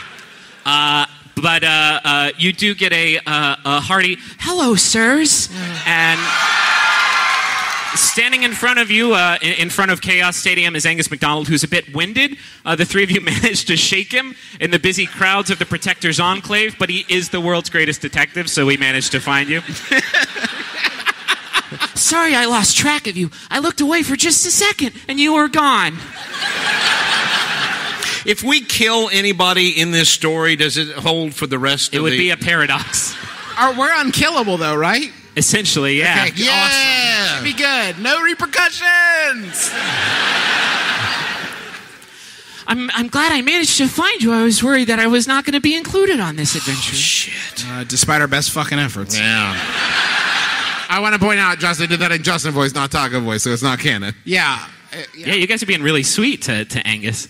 I should also mention, today is Angus's birthday. Aww. Which is probably how you were convinced to bring him along in the first place. You probably tore off that part of the letter and were like, I don't know, man. She didn't mention you. I'm sorry. I feel like Magnus got him something like maybe a carved wooden duck. Okay. So maybe that's all you can actually make. It might just be what he's really good at. Okay. It's not limited, but he knows his strengths. Get him a carved wooden stag. Give him a carved wooden stag. Sure. The little girl who got one of those on Game of Thrones, that worked out good for them. We could. That's a different fantasy thing. Yeah. So the four of you are standing in front of Chaos Stadium, and the crowd is rambunctious. The Battle Fest. Okay, a little bit of Foley work from the audience. That was maybe the least rambunctious crowd I've ever heard. Yeah. Oh, we didn't pick a Scrivener. Oh, that's right. We'll be fine. Okay. Last time we did this, we've only done one live Adventure Zone, by the way, so there might be some rough edges. Gotta show you how good it was. Yeah, that was in front of 125 people who, frankly, didn't seem to want to be there very much. That is true. It's not a back and forth kind of thing. Yeah, it's kind of a one. It's D&D, but it's not that interactive. Yes. So the Battle Fest Supreme Champion finals are about to take place, and the scene I'm trying to set is WrestleMania. That's the picture I want you to lock in your mind. The crowd here is rambunctious. It seems like there's far too many people here to fit into any one building, and every single person in the crowd seems as rowdy as any 10 non-Battle Fest attendees combined. Everywhere you look are cosplayers dressed up in the spandex regalia of famous fighters. Some of those fighters are featured on these large banners, which are draped across the walls of the building. The building looks like a very old building that has been sort of repurposed for this. Like it looks, there are these tall stone columns. It looks very like ancient, for lack of a better term. And yeah, people are cosplaying. There are signs, so many signs. Jess's name is all over the place. A third of the signs here say "off with their heads" in big block letters. There's a few have an image of a crescent moon with the words "Unleash the Beast" on them. Some are for a fighter named Queen Sabine, and a few, mostly in the hands of some smaller kids who are wearing angel wings, are championing a fighter named Jeff Angel. And then there are signs for like the die-hard Battlefest fans who have you've probably never heard of before. Although I should ask you, the Battlefest franchise, which is the WWE essentially, has been around in this world for about a decade or so. Do you guys think your characters have any? Are you guys weirdly secret, like, die-hard wrestling fans? I think Magnus probably is aware of it, maybe not die-hard, but definitely, like, knows of it. Okay. That's the least committal answer Yeah, ever. Jesus. I am aware. Merle knows all the wrestlers from 30 years ago. Okay. Before they went pro. Yeah. And it was still back alley wrestling. It's like Dusty Rhodes, the American... Well, it wouldn't be Dusty. Oh, yeah. Rusty Rhodes, the American Dream. Which is a shame because Dusty Rhodes is a much better fantasy wrestler name. Yeah, it is true, yeah. What about Taco? Taco is only familiar with the television show because Sizzle It Up with Taco, his cooking show, was on up against them on basic cable. Basic fantasy Which literally cable. means that these two live events were taking place at the same time in different places in the world. Right. Wonderful. Because television does not exist. You've made very clear to me. But you make your way through that crowd and into this ancient-looking building. You're whisked inside the stage door by a producer who finds your name on a guest list. And inside, you see a familiar face. You see Jess the Beheader. Jess! The Beheader! Middle and last names. Says, hey, long time no see. What have you guys been up to since all the train murder stuff? And more murder. Yeah. Death, destruction, the usual. Character voices. Character fucking voices! Death and destruction, the usual. You sounded That's the one I picked. You sounded more Scottish last time I saw you. Death and destruction, the usual. It's a different actor this You time. sounded less Scottish. Jess is accompanied by a human man named Derek Humanman. No, she is accompanied by a human man who doesn't really have the build of a professional fighter. He is wearing a button-up shirt tucked into some nerdy slacks. He's got a big pair of round glasses on. He's got a big bushy beard and an almost perfectly round belly. And I'm reading that now, and I realize it made it sound like he's Santa Claus, but he's not. Does it shake when he laughs like a bowl full of jelly? No, it doesn't. Well, that's how you tell them apart. If you ever see them fighting and you need to trank one, have them laugh. Now you laugh. Now Okay. you laugh. Okay, now you. He's the clone. No, watch, it jiggles. Now watch it jiggle. I'm sorry, first row. You will get wet. You may get drenched. Sorry. So while you all are catching up with Jess, this guy kind of... What was his name? Wait, You didn't say his just be name? clear. Jeff, the person accompanying Jess is named Jeff? No. Okay. It's cool. Derek. You haven't asked his name yet, which is sort of a fun running theme. Yeah, let me try. He clears his throat to kind of like make his presence known and looks at his watch. Hey, what's your handle, Kimasabi? Hey there. Sorry, I'm Merrick. I'm the CEO here.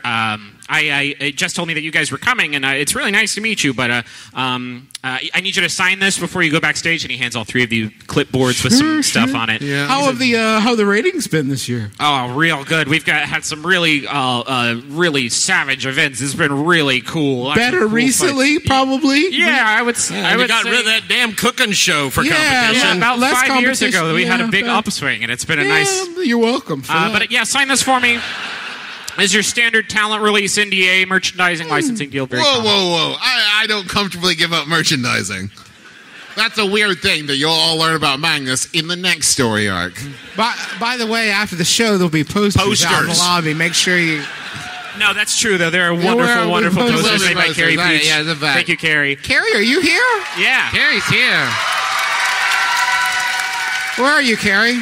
You're not going to see her no matter where she's sitting. Yeah, I can't see anybody past the first 2 rows. He looks at you waiting for you to sign the... Oh, yeah, I sign it. Okay, thank you. 15 years in the future, he opens up a Magnus Park. Damn and makes 60 million My gold pieces. IP! He takes it back. He says, oh, thank you. Hey, you little boy, are you a Jeff Angel fan? And he fishes out a little. Please don't talk to our little boy. He's our little boy. Bought him fair and square. He fishes out a little angel wing button from his nerdy khakis, and he hands it out to Angus. And Angus says, "Oh heck no, sir! I'm no chump, Mark." And he takes it back. And I high five Angus. He said, "Oh, sorry, kiddo. Well, off to business. business time for me." And he turns and leaves. And Jess says, "Okay, here are the rules. Battlefest Supreme Champion. How many holds are barred? None of the bars. Whoa! And none of the holds, none of the bars. You got 1 challenger or 2 partners, me and you, Magnus. We're going to take on 4 other fighters, which were chosen by a fan vote. If the challengers, me and you, get knocked out or submit during the fight, we lose. If we can knock out or force all 4 of our opponents to submit, we get to be Supreme Champion. You got it? Yes. Where do I need to sign up for my wrestling name? We'll figure that out. I've already got it. Okay. Sit on that plot They point. call me Okay. Imorco. What is that? It's Elvish for the bear. And I pull out my bear mask from the pedal to the metal, and I put it back on. I like that. Then he pulls out his dork mask and puts it on over the bear mask. Listen, Elvish is not dorky, Dad. That was totally that had to be in fiction, you saying Elvish is not dorky, Dad, to Merle. And get out of my room! Leave me alone, Dad. I'm practicing my Elvish. Jess says, Magnus, I picked you because I liked your moves on the Rockport Limited. And your body type is pretty similar to my last partner, whose name was Brock Thickstone. No, yeah, I remember. But Merle and Taco, I have jobs for you too. Merle, if you're willing, we could use a manager in our corner. We could use a hype man, somebody there to work the crowd, get them on our side. But you could also support us from outside the ring if you're able. Taco, I have experience. I was in the JCs. She didn't hear any of that because you didn't say it in a character voice. These people paid money to watch us stand here and play D&D. The least we could fucking do is some character voices. Fine! I'm sorry, by the way. It's all right. Again, kind of a one-way, just it's unidirectional. And it may be just a physical Especially thing. if you're encouraging my dad. I'm going to need you to sit on it, okay? Thank you. She says, Taco, your job is the most important job of all. Go on. You need to make sure no one sits in this chair. Was that Did you hear that? That was a character 2 voice? words. That's how we do. Go Okay. ahead. Go on. I need you on the catwalks up above, keeping an eye on the fight, looking out for suspicious On the catwalk? individuals. Yeah. On the catwalk? Okay. Should I...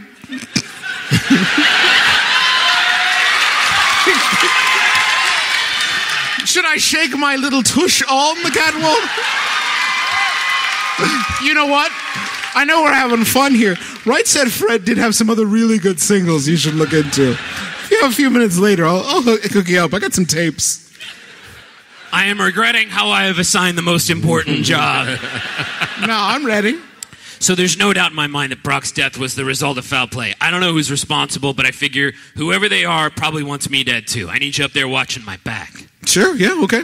Cool. Let's get you all backstage. And you're backstage. The magic of podcasting. And it's really quiet backstage.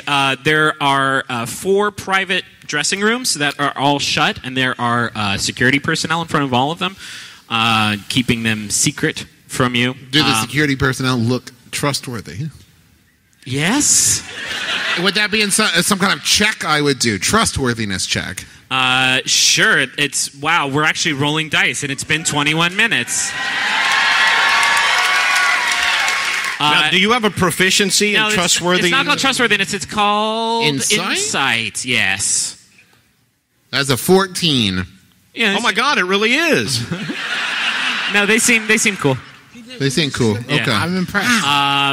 Angus goes over to check out Brock's locker, start digging through his belongings. His Brocker, looking for clues. Off to one side of this room is another dressing area. There's a row of mirrors surrounded by lights, and over by a big tall wardrobe is an even taller Goliath man who has pitch black hair and a sharp little goatee, and he's wearing a spectacular tuxedo. And he looks at all of you as you walk in the room, and Jess says, Dante, these are them. And he looks at you and just kind of considers you for a second, and he says, No.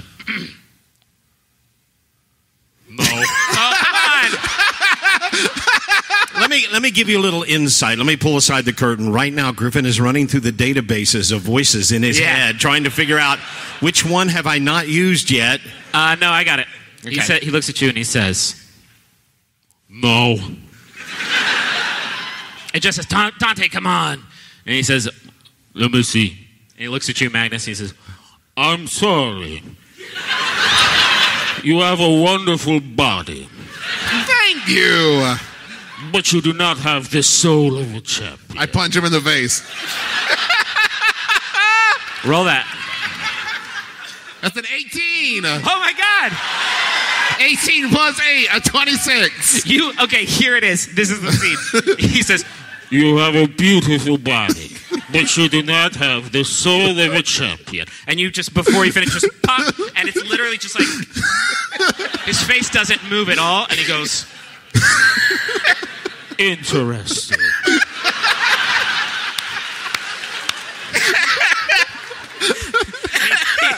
He picks up some glasses from the table and he puts them on his gigantic face, and he just says, What does it mean to you to be supreme champion?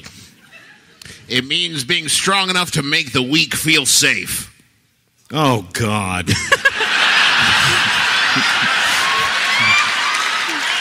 He says, What about your friends? Can they vouch for you? One of them probably will. He turns to you, Taco and Marley, and says, Is this good-bodied individual supreme champion material? What has he done in the past that has been champion-like? By the way, this voice was starting out supposed to be kind of Andre the Giant-esque, and then it took a pivot towards fucking droopy. It's kind of got a lot Alfred Hitchcock. Yeah, it's like if Hitchcock and Andre the Giant had a sad baby. He asked you to vouch for Magnus for his champion qualities. It's kind of a one-way thing. Yeah, he's the best. He's the best. He's strong. He has proficiencies. Very good at rolling. Carves a mean duck. Yeah, he's good at carving stuff. I don't understand what you'll need him for, but yeah. I know champion jealousy when I hear it. Yeah, that's what it is, too. He says, okay, I believe you. I will make you... And now he's Russian. He should slow down. We got all night. I will make you... what is your character? What's your... My name is Imorko, the bear. The bear in Elvis. Yes. That's a sting I have for... Try again. My name is Imorko. I think he just like has this big table full of fabric, and he just like throws it up in the air and just like a cartoon. I also want to point out I've been wearing the bear mask this whole time, just like talking to another grown adult. It's like I'm a champion. I think he makes you sort of. It's maybe half furry costume, just like the arms and legs. And the audience reaction to that was maybe the best thing I've ever heard. Because it wasn't. It was like half like yeah, and then the other half was like just fine. Don't hate. But there's like a breastplate on it. But furry arms and legs, but also like a breastplate. Are there nipples? Good question. There's 11 nipples. 11 nipples. Yeah! Not what you think. And you suit up. And he looks at you two, and he says, You know, you two have wonderful bodies as well. Would you like me to make you all costumes just for funsies? I had to punch you. No, this one's for funsies. You guys should do it. I love a costume because this arm is killing me. Okay. What do you want me to do about you want a massage? What's the Wait a minute, time out. Does he have it? what? The wooden arm? Yeah. This is after Crystal Kingdom. He lost that bad boy. Oh. Yeah, sorry. Dad. What would you real. Do? Hold on. What would you do? Would you write like a letter like, don't grab that thing that makes you lose your arm, and then like seal it and put it in your pocket like Bill and Ted style? It's up to Trav. Why would it be up to I would do it even if I knew what was going to happen. He asked you if you guys want I rolled a wrestling. 16, if that matters. Do you all want wrestling costumes as well, or do you want to go? Go for it. Yeah. What are you thinking? You'll actually be out there, like you'll be ringside the manager. So you will. It may make sense for Merle to also have a persona. Something with stripes. Stripes, man. They're very slimming. You just want to be Stripes Man.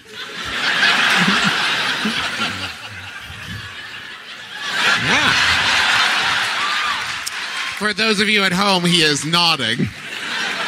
Emphatically. I think he does the same thing, and he just makes you like the sleaziest looking suit you've ever seen. I like, like maybe 12 pounds worth of fake like chains, and the suit is pinstriped, and he's like, I will call you Pinstripe. That's good. How come he gets to pick his name? Because you didn't pick yours. anything.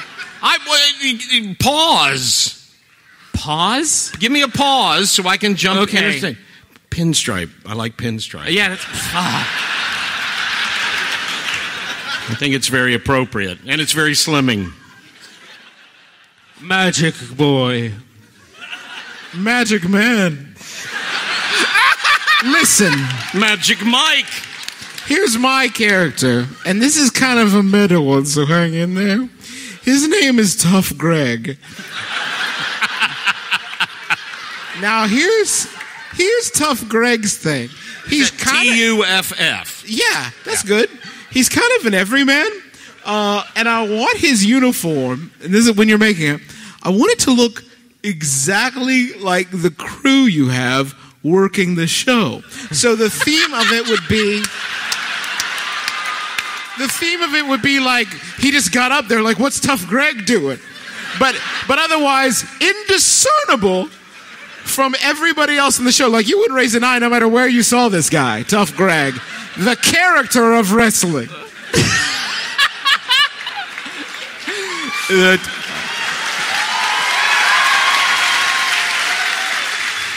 I think he says, I have the perfect idea of how to accomplish this. Impress me. and he just walks over to one of those security guys who is perfectly taco-shaped and just grabs his shirt and pants and pulls, but it doesn't rip them, just the clothes come off. Okay. And the security guy's a pro, so like he doesn't move. Like an eye. And he just hands them to you, and they are your perfect size. Perfect. You ought to at least cut the sleeves off, because that's very in. No, I want it to be indiscernible. But then they're always going to confuse you with the... yeah, all right, okay. I see. You guys are all costumed up, and before the fight begins... How do we look? You look fucking ridiculous. But in a good way? Yes, sure. Jess says, before you go out there, she says, oh, one last thing. And she opens up a locker, and she says, Magnus and Merle, you're going to need to put all your weapons in here. What? I'm not so good without them. I know, it's Battlefest rules, though. But not the gloves, right? That's part of my costume. The clothes? My gloves. Yeah, no, all of it's... I got a tree arm. That's super great. Hey, what happened there, by the way? You had two... We'll tell you later. Some of a bitch cut my arm off. That's what how it happened. I saved your goddamn life. No, you cut it off. By Pound's name. Okay. I give Railspitter a gentle kiss. Okay. And I place him that's into your the axe, locker. I hope to God. Yeah. Okay. And I place him gently into the locker, and I say, I'll be back. Don't be scared. You hear it go... What? No, I'm just kidding. And I hang up, let's see, Phantom Fist. Yeah, shit. This is going to take all night. My short bow, and I'm doing this from memory, and the Fletcher. Can I keep the Fletcher's mitt? That's No not a gloves. weapon. It's a no gloves I policy, put up too. the Fletcher's mitt. Do I get to keep my shield? Probably not, no. Steven's not a weapon. He is an agent of love. I'm going to move things along here. Just say you upload, you Okay, put all your I weapons put everything in there. Taco, you're allowed to keep your umbrella. And Merle, you're allowed to keep your Bible. Your Extreme Teen Bible. It's not a weapon, it's a book. Oh, yeah, show everybody your... You mean this Extreme Teen Bible? Also on sale in the lobby after the show. Not true. Not true. That's a lie. Thank you, pal. You can order them. All right, let's move forward to Battlefest. I'm going to split the party up.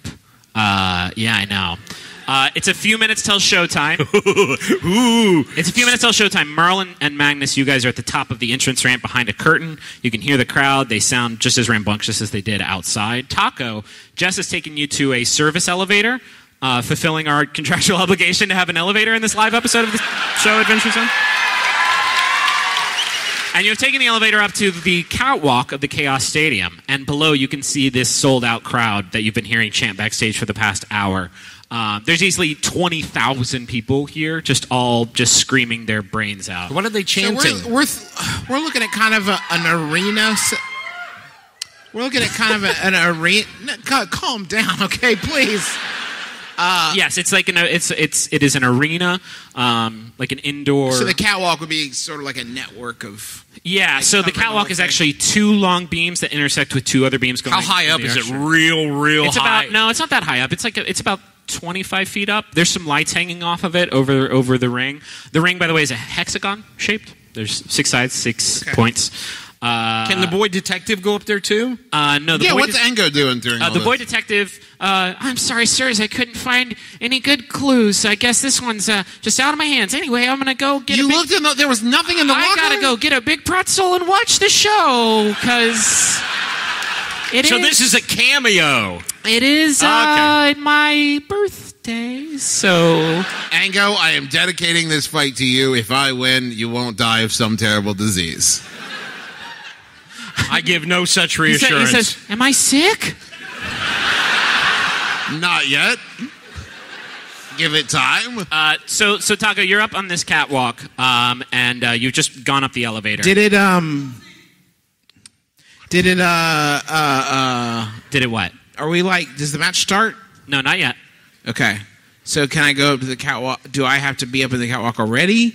Or could I still be backstage hanging out? Do you have a fun scene you want to do? Okay, yeah. No, you haven't gone up yet.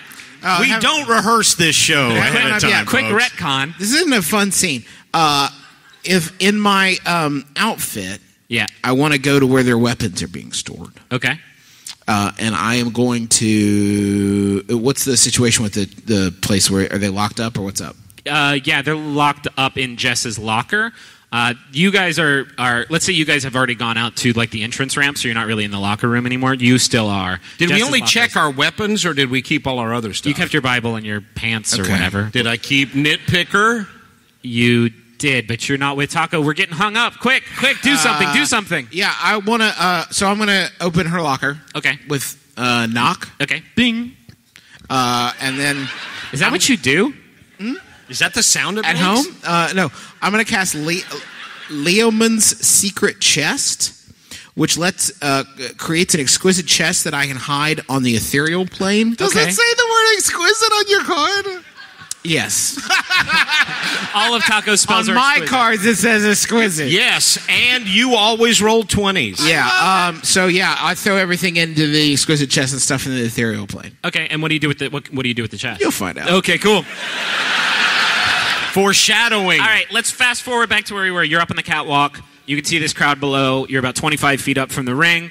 And over this this series of, it's like a hashtag shape, like 2 and 2 intersecting. Gotcha. Don't laugh at me making a hashtag shape with my hands. I was very vulnerable. By the way, that's hashtag shape. I was very vulnerable in that moment. And as you come up the elevator, you see a young human man who is operating a spotlight, but he hasn't heard you over the roar of the crowd. He's shining his light onto an MC who slides through the ropes of the ring and walks to the middle of the stage and grabs a hanging microphone that's being slowly lowered down by this spotlight boy. Merlin Madness, you are on the entrance ramp to Jess behind a thick curtain that's kind of muffling the MC as he gives the three of you your grand introduction. And Jess says, anything else you two need to know before we get out there? What's our entrance music? Yeah, like what are we doing? Oh, you guys could just come out to mine. We've got the... Okay. Who are we facing? Are there any weaknesses? We don't know. That's the whole thing. It's a secret fan vote. Cool. I thought of something. Yeah? She says, we're heels. Do you know what that means? No. We make people feel better? She says something like that and then pushes the two of you through the curtain onto the top of the ramp. And for a Wait, hold on. Does that mean we're jerks? And for a second, when you walk out to the ramp and the spotlight is on you and this music is playing, the spotlight's shining on the three of you, there's silence and then there is a deafening wave of boos. Yeah! There we go. And Jess is just... I don't think they like that idea, Griffin. Jess is just fucking eating it up. She's actually, you see now that she has a bunch of paper mache severed heads that she's like throwing into the audience, like, yeah! We'll be selling those after the show, too. I want you to know, Travis McElroy, love this. Yeah. Magnus Burnsides hates this. Yeah, sure. And she holds up her hand in the air, and her soul-bound axe that she had on the train arc appears in her hand, and she just, like, buries it in the top of the ramp and, like, runs down to the ring. I kind of jog after. Yeah, what do you all do going down the ramp? Like, and I'm kind of doing claw motions. This is a hostile... This is a...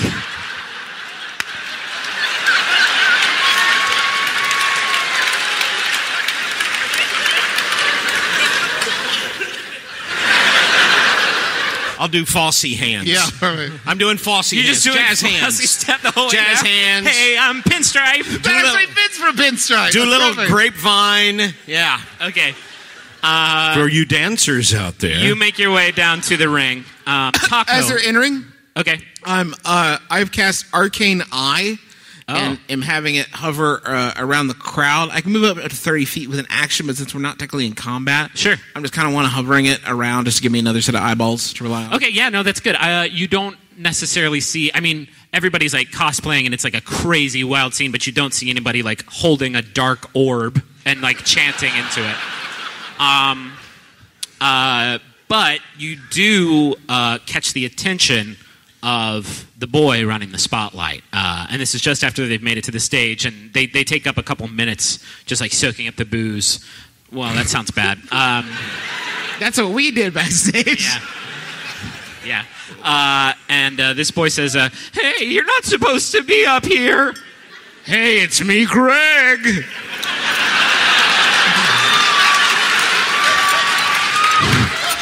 Well, you're wearing my clothes. That's kind of ironclad. There's no way it's the same guy. I'm not wearing his clothes. Because he'd be naked, He'd right? be naked. I meant my uniform. It's the only clothes I have, so I just call this uniform my clothes. It's not funny. Why are you laughing? It's the only clothes I have. Do you have... What? I'm the only one supposed to be up on the catwalk. They call me Catwalk Boy. They call me Gerald, the Catwalk Boy. Well, as I always say to the wife before I hop into bed, make room for Greg. Because Greg's here.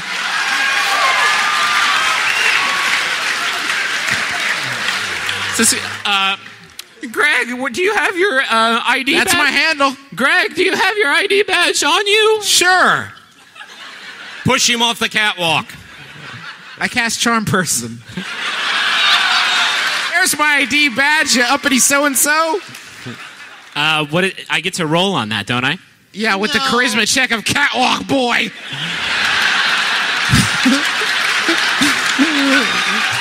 Yeah, I roll a wisdom If he's charismatic, he's just at the wrong line of work. I attempt to charm... No, sorry. That's even better. It's a wisdom saving throw. All the wisdom of Catwalk Boy.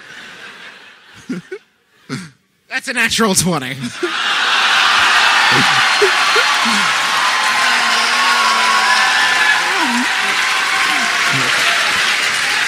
Catwalk Greg just says, no. Not anymore. Not on his watch. Not again. And he reaches into his pocket and he says, sir, I'm going to have to ask you to calmly stay put. And he starts to pull out a... Sorry, did they arm him? He's actually pulling out a stone of far speech and is starting to bring it up to his face. What do you do? Hold on a second. Kill him. I'm not going to kill... Why? I'm not going to kill Catwalk Boy. It's a game. He's not a real Life and death is person. just a game to Clint McElroy. You should have had these prepared before. Well, I didn't know what fucking magical scenarios I was going to get into. I am going to cast... Just draw a random one. Kill him. What? Just draw a random one? See how that goes? I could do that. Okay. I cast Gust of Wind. Holy shit.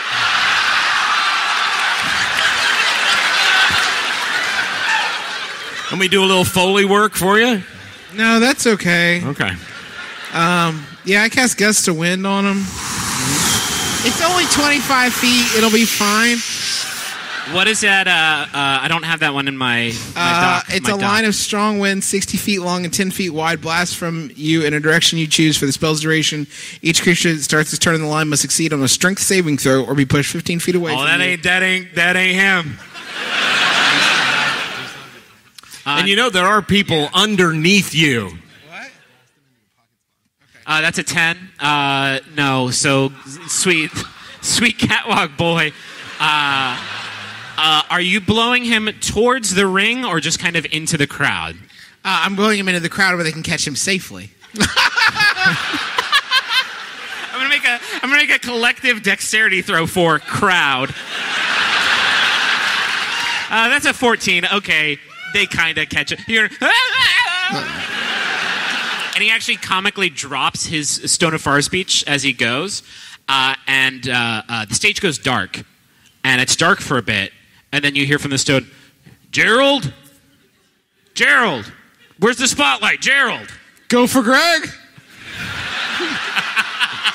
Hey, this is Greg. I heard you got a spotlight issue, my man. Greg, where's Gerald? Went out for a dookie break, brother. You want me to take the spotlight or what? Yeah, just get a light on my fighters. He went out to smoke a fantasy cigarette, and now you got Greg on the horn. Just turn the light on and shine it on my fighters. You got it, Boobala. Any direction you want it aimed or what? The fighter words. Hey, no need to yell, my man. We're all friends here. You got Greg on the job now. All right, I'll fire up the spotlight, which I know how to use. Because you're Greg. Let me do a... is it a magical spotlight? No. Is it an electrical spotlight? Careful. No. Everything you say becomes canon. That's right. Is it a cannon? Okay. It's a... Yes. I'll do a investigation check to see if you can figure out how to work spotlight. That's a 15. Yeah, that's good enough. Yeah, you know how to use Spotlight. It's a fucking light that you point at things at a certain spot. Yeah. Hey, if you've ever run Spotlight before, raise your hand. No, it's actually okay. It's an art, A lot right? of theater tech people at a D&D show. It's an art. It's an art. Did you do it for a living? No. That was you did it as a hobby. All right. We gotta move. We've been going like 45 minutes. We gotta really get some. And all of a sudden, all the lights go out. Yeah. Okay. I'm going to describe now the 4 entrances of the fighters you'll be facing off against. I'm just going to try and get through it as fast as possible so we can get into this thing. The lights go dark. A shaky spotlight comes up. And a burst of flowers, of roses, comes from the ramp, from behind the curtain. And out comes a woman wearing a red tricorn hat that reaches out to a sharp point forward. She's got a yellow feather sticking out, and her costume almost looks like fencing gear. She doesn't have like a fencing foil or anything like that, but that is kind of her style. And the audience is like losing their mind for this fighter. There's a sign that unfurls that heralds her as Queen Sabine. And she's moving down this ramp with attitude. She's got a pair of sunglasses on that she just kind of flings into the crowd. Like David Caruso? Not that. When the fuck has David Caruso ever been like, here comes a pun? The delivery of said pun. I didn't have to be here tonight, Griffin. Jess leans over to you and kind of hunkers down because you're standing like by the corner of the ring, and she says, "Okay, shit, that's Sabine.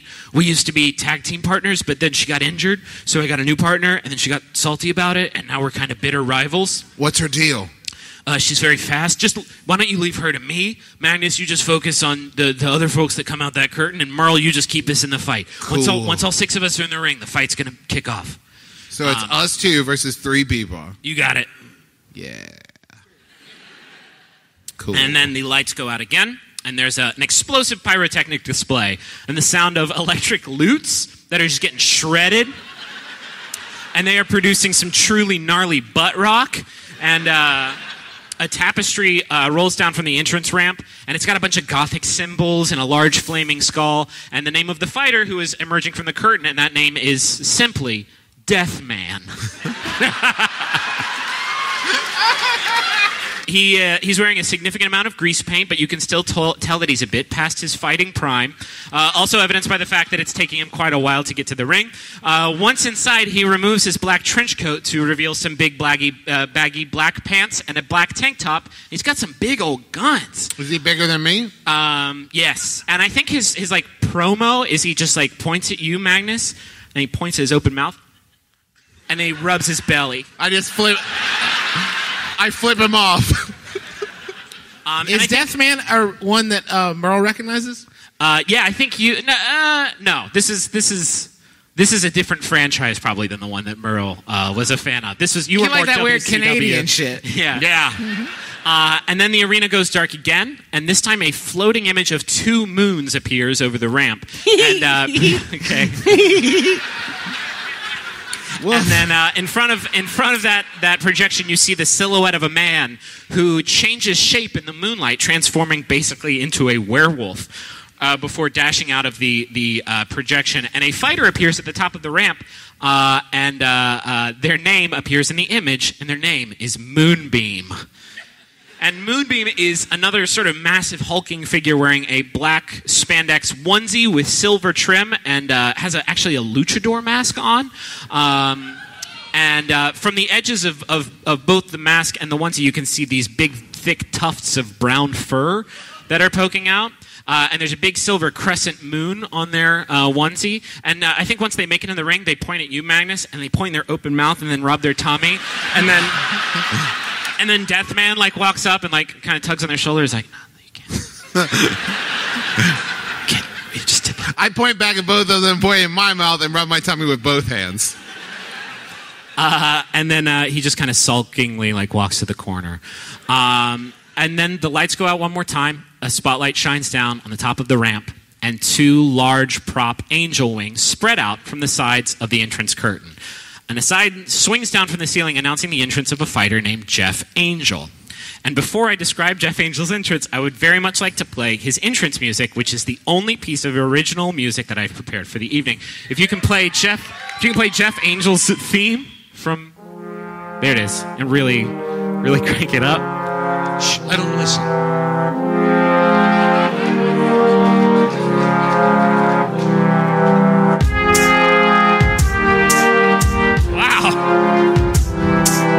Feel that in my nards. Please do not talk over the drop. All right.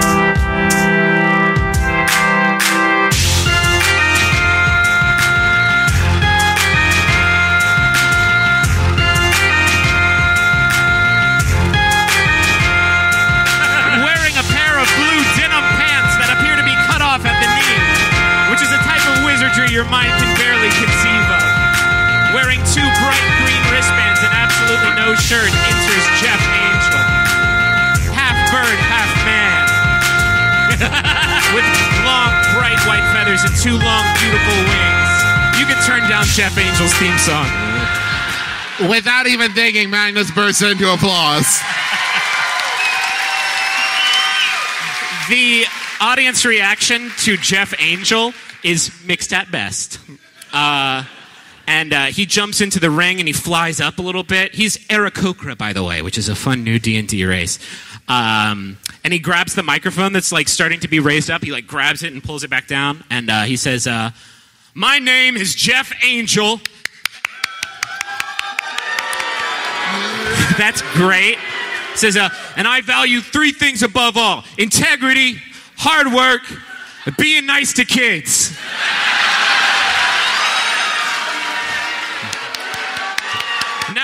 Now, I don't know much about Jess's new partner and manager here, but I do know one thing. These seem like the type of guys that forget to call their dads on their birthdays. August 10th? I would never forget. He says, well, Jeff Angel calls his dad every day. From the rafters you hear, "You tell him, Jeff." Gary's a Jeff head. And then, Greg, sorry. And then that's the end of his speech. I call my dad every day. Greg. Back to Taco real quick. What's up? A door at one of the ends of the catwalk opens up, and two security guards come barging in. And just as they point in your direction and yell something, the starting bell below rings. Let's roll some initiative.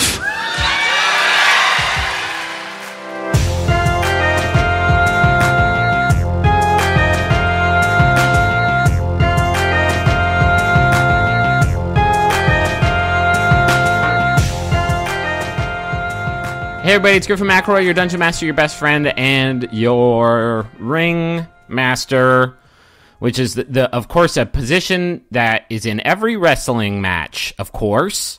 I told you I'd think of something. Thanks for listening to episode, well, I'm probably not going to give it a number, but the Boston Live Stunt Spectacular.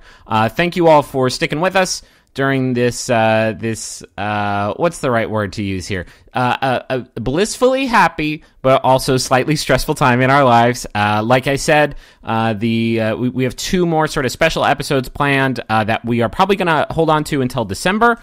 So the next episode that goes up should be the next episode in the Suffering Game arc.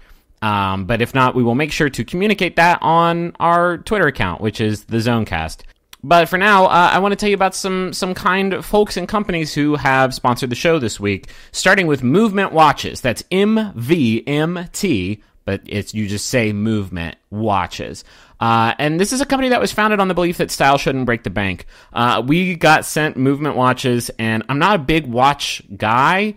I tend to just wear the most sort of utilitarian timepiece that I can get my hands on, but this is a stylish-ass watch, and I've actually had people say, like, hey, nice watch, which never happened to me when I was using, my crummy old fucking Tiger Electronics Batman watch, which, yes, you could play a Batman game on, but it wasn't sleek and stylish like this. And also, when I look at it, I know what fucking time it is, and that's great, too. Movement watches start at just $95. which, if you have bought a watch at like a department store anytime recently, that is a really nice price. They're a classic design, quality construction, and styled minimalism. And they have sold over 500,000 watches in over 160 countries. And you can join the movement craze today. You can get 15% off a movement watch with free shipping and free returns if you go to movementwatches.com/adventure. Again, that is mvmtwatches.com/adventure, and get a great deal on a really slick watch. Also want to tell you about NatureBox, who is another sponsor this week. NatureBox makes snacks that actually taste great and are better for you, created with high-quality ingredients that are free from artificial colors, flavors, or sweeteners, so you can feel great about snacking, and you don't have to worry about, I know you got probably a bunch of Halloween candy left over, throw that in the fucking dumpster, where it belongs, and get these sweet, sweet snacks from NatureBox. They got stuff like dark cocoa nom-noms, they got stuff like mini Belgian waffles, they have peanut butter graham jam. What is that? You can find out if you go to NatureBox. They got cinnamon yogurt mini grams. Hello, grams of all varieties, and like a shitload of nom-noms. They got honey Dijon pretzels. They got all kinds of stuff. You're going to love it. Right now, NatureBox is offering Adventure Zone fans 50% off your first order when you go to naturebox.com/adventure. That is naturebox.com/adventure, and you can get 50% off your first order. One more time, naturebox.com/adventure. Got a couple Jumbotron messages for you this week. If you want to get a Jumbotron message on this show, it has been impossible for a while because we got all full up. But on November 28th, on Cyber Monday, we are going to open up some Jumbotron spots for 2017. So if you do want to get a message on this show, Cyber Monday, November 28th is going to be the day to do that. Just go to MaximumFun.org/Jumbotron, and you'll be able to get those spots then. This first message is from Tabletop Champions, a podcast that you can find on iTunes or your favorite podcast app, or you can follow them on Twitter at Tabletop Champs. They say, do you like what you're listening to now? How about a podcast that is slightly less funny, that contains slightly more Dungeons and or Dragons? Check out Season 2 premiere episode number 50 for a great jumping on point. I will say, Tabletop Champions, that's a fair criticism. We have not had a surplus of dragons or dungeons, really, if you think about it. Okay, well, they got us dead to rights on that. Go check out Tabletop Champions on iTunes. If you like this show, it's the same kind of thing, so you'll probably like that too. Also have a message here for Keen, and it's from Jer and Richie, who say, Keen, not only are you our good birthday boy, you're also our good friendship boy. Maybe someday, when we're all back living on the same landmass, we can start our own D&D podcast and finally take down the stranglehold monopoly that Taz has had these past few years. We miss, love, and are proud of you in equal measures. It's been an ongoing theme in these Jumbotron messages lately of people just, watching the fucking throne. And, yes, step. Please, step. If you're feeling froggy, then jump. I hate to come at you hostile like this, but I feel like you established this energy. I'm just following up on it. I want to thank everybody who's been tweeting about the show using the Zonecast hashtag. I've got some names picked out for the Suffering Game arc, although I realize now that I'm thinking about it, I don't think I announced any of those names in the last episode. But we're going to get there, I promise. If you tweet about the show using the Zonecast hashtag, you might end up as an NPC on the show. And now is the time to do that. Not only can you get on the show, we super appreciate you spreading the word. We don't pay to advertise the Adventure Zone at all. We're all really, really passionate about it. We work really hard on it. And so word of mouth is the only way that we find new listeners and can grow and do more stuff with it. Like this Boston live show, which it only was the special night that it was because of the community that you all helped us build. So thank you all so much. I'm going to let you get back to the episode. The next episode should be up on November 17th, and that should be the next episode in the Suffering Game arc. We're hoping to have time to sit down and record it. And if anything changes, we will let you know on the Zonecast Twitter account. So stay tuned there. Follow us there for updates on our programming schedule. But yeah, we have 2 more filler episodes. I say filler. That's sort of a rude term. I'm very, very excited for you to hear these other 2 episodes as well. But we're hoping to save those for December when I am out with my newborn baby. But we're kind of flying by the seat of our pants right now, and we hope that you stick with us. I guarantee you, we're gonna work really hard on whatever comes out, and you're gonna like it. You just gotta trust us. So yeah, next episode November 17th, and we'll talk to you then. Bye.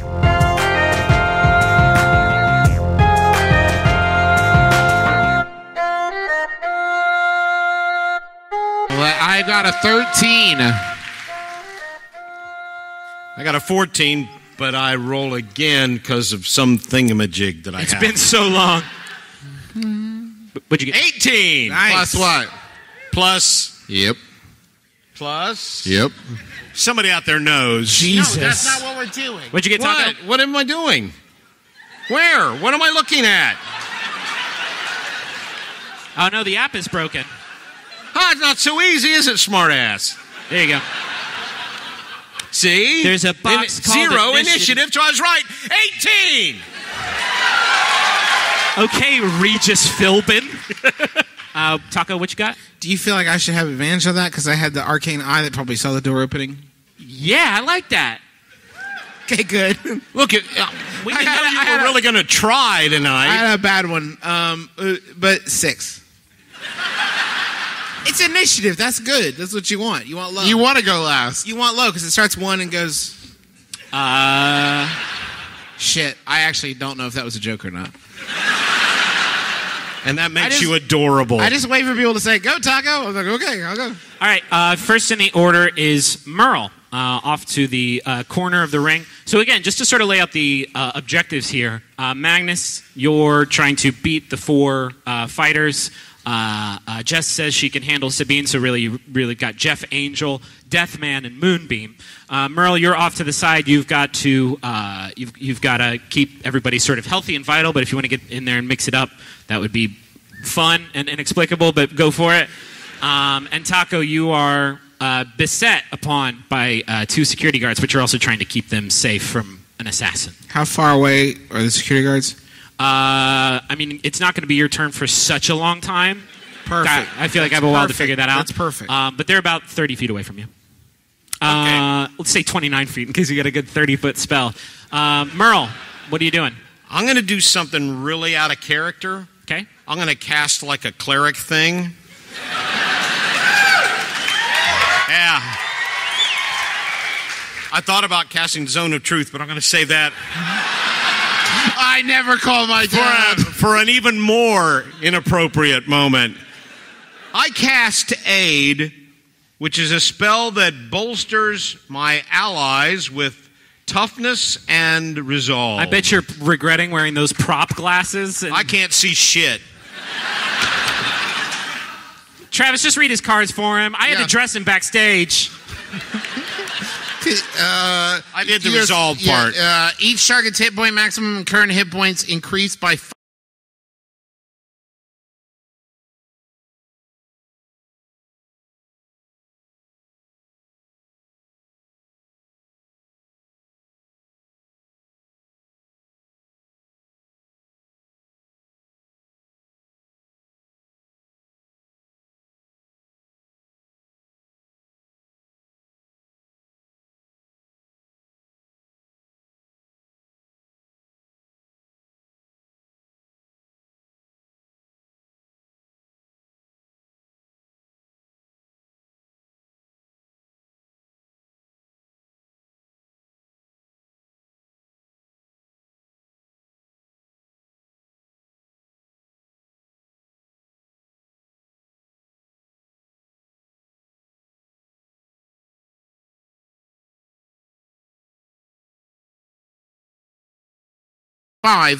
Some nice shit there, right? So now Magnus has 5 extra hit points?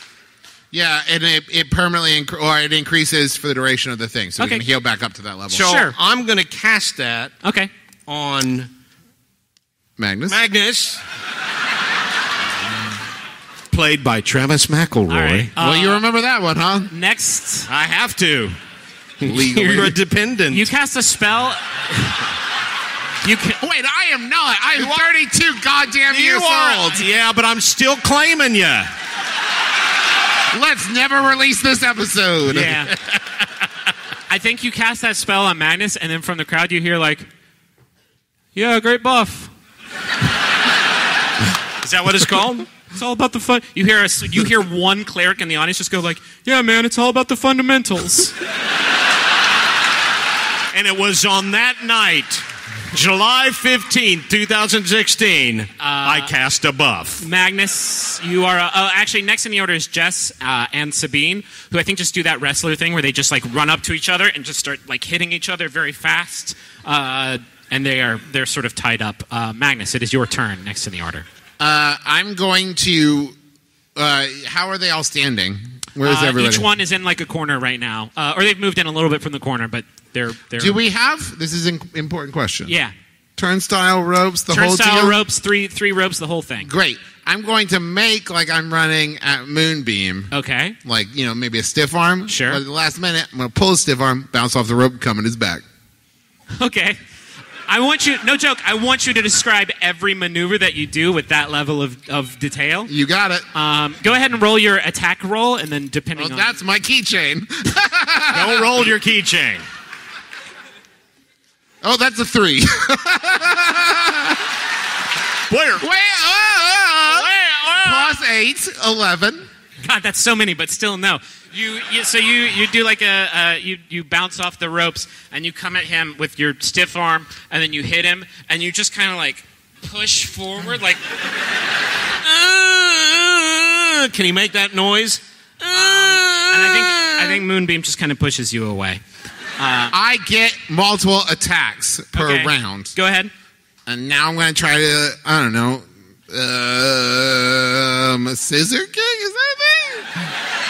I'm just going to jump on Moonbeam's back and cover his eyes. Make him guess who it is. Yeah. But like in a really angry way. I'm a bad guy. Rawr. Okay. What do you think that would be? Like I think I'd just do it. No, I think that would be... Acrobatics? No, I think it would be a strength check, probably. Oh, no, there's one of my D20s gone. Okay. Strength check? I'm good at those. Yeah, because he's going to try and wrestle you off. That's a 17 plus 8, 25. I got an 18, so that's good enough. Okay, you're now covering his eyes and kind of... And also I'm saying really mean things in his ear. Like what?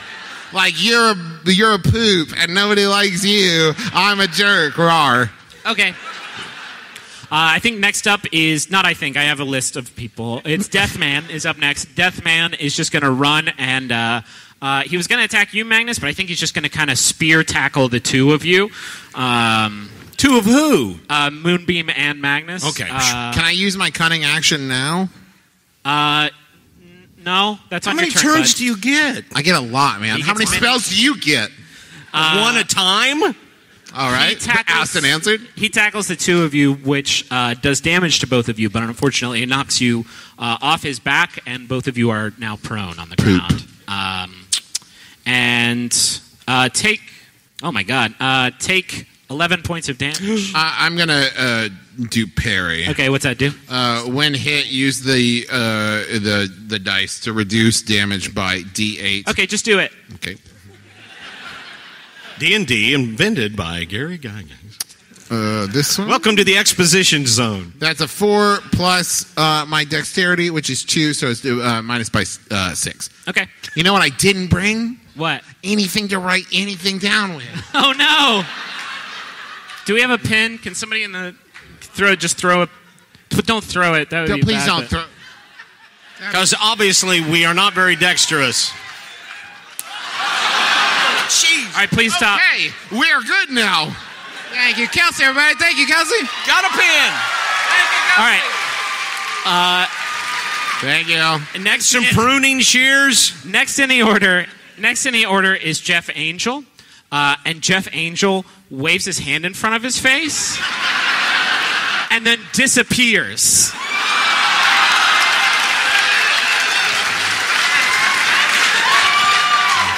Would you guys buy action figures of these wrestlers? I feel like that would be...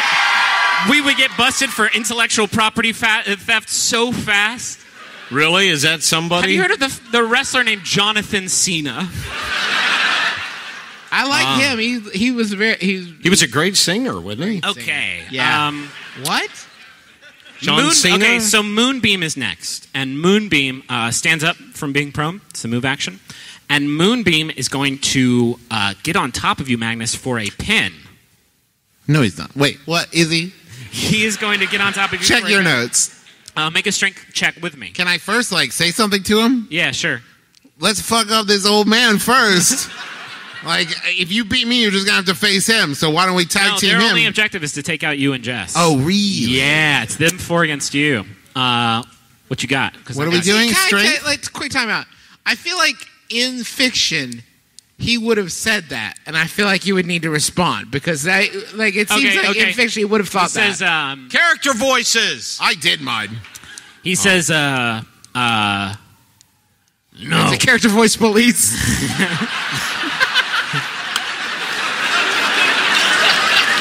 We finally got them all in one room, boys. Everybody except the portly one. He says, he crushes it every episode. He's trying.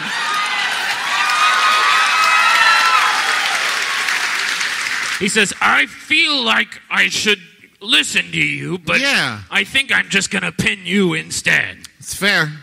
Are you going to roll that dice?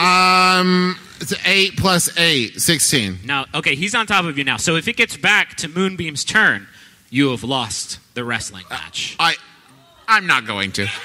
I think the person that definitely needs to be directed to is my buff friend. Really, Arm Chopper? First up is oh boy, a lot of stuff surfacing tonight. Next up actually is the security guards who run over to you, Taco. Perfect. Recognize you as not one of their own. Yeah. And I don't know how they do it. Maybe they have a special pair of glasses on that lets them see. It seems like you kind of cheated around idea. All right. They run over to you and they say, I fucking forgot his name already. Catwalk Gerald. Jerry? Catwalk Boy, I think it was. Catwalk Boy Gerald fell down, and he came to us and said that a guy matching your description knocked him off. You wouldn't happen to know anything about this, would you? Yeah, you guys got me fair and square. Let's get out of here. Okay. They're going to put a plastic zip tie around your wrist and arrest you. Are you cool with that? Sounds great. Okay, they just do it. Okay, good. It is actually your next in the order. It's your turn. Yeah, no. I cast Mislead. Okay. I turn invisible at the same time as an illusory double of me appears where I'm standing.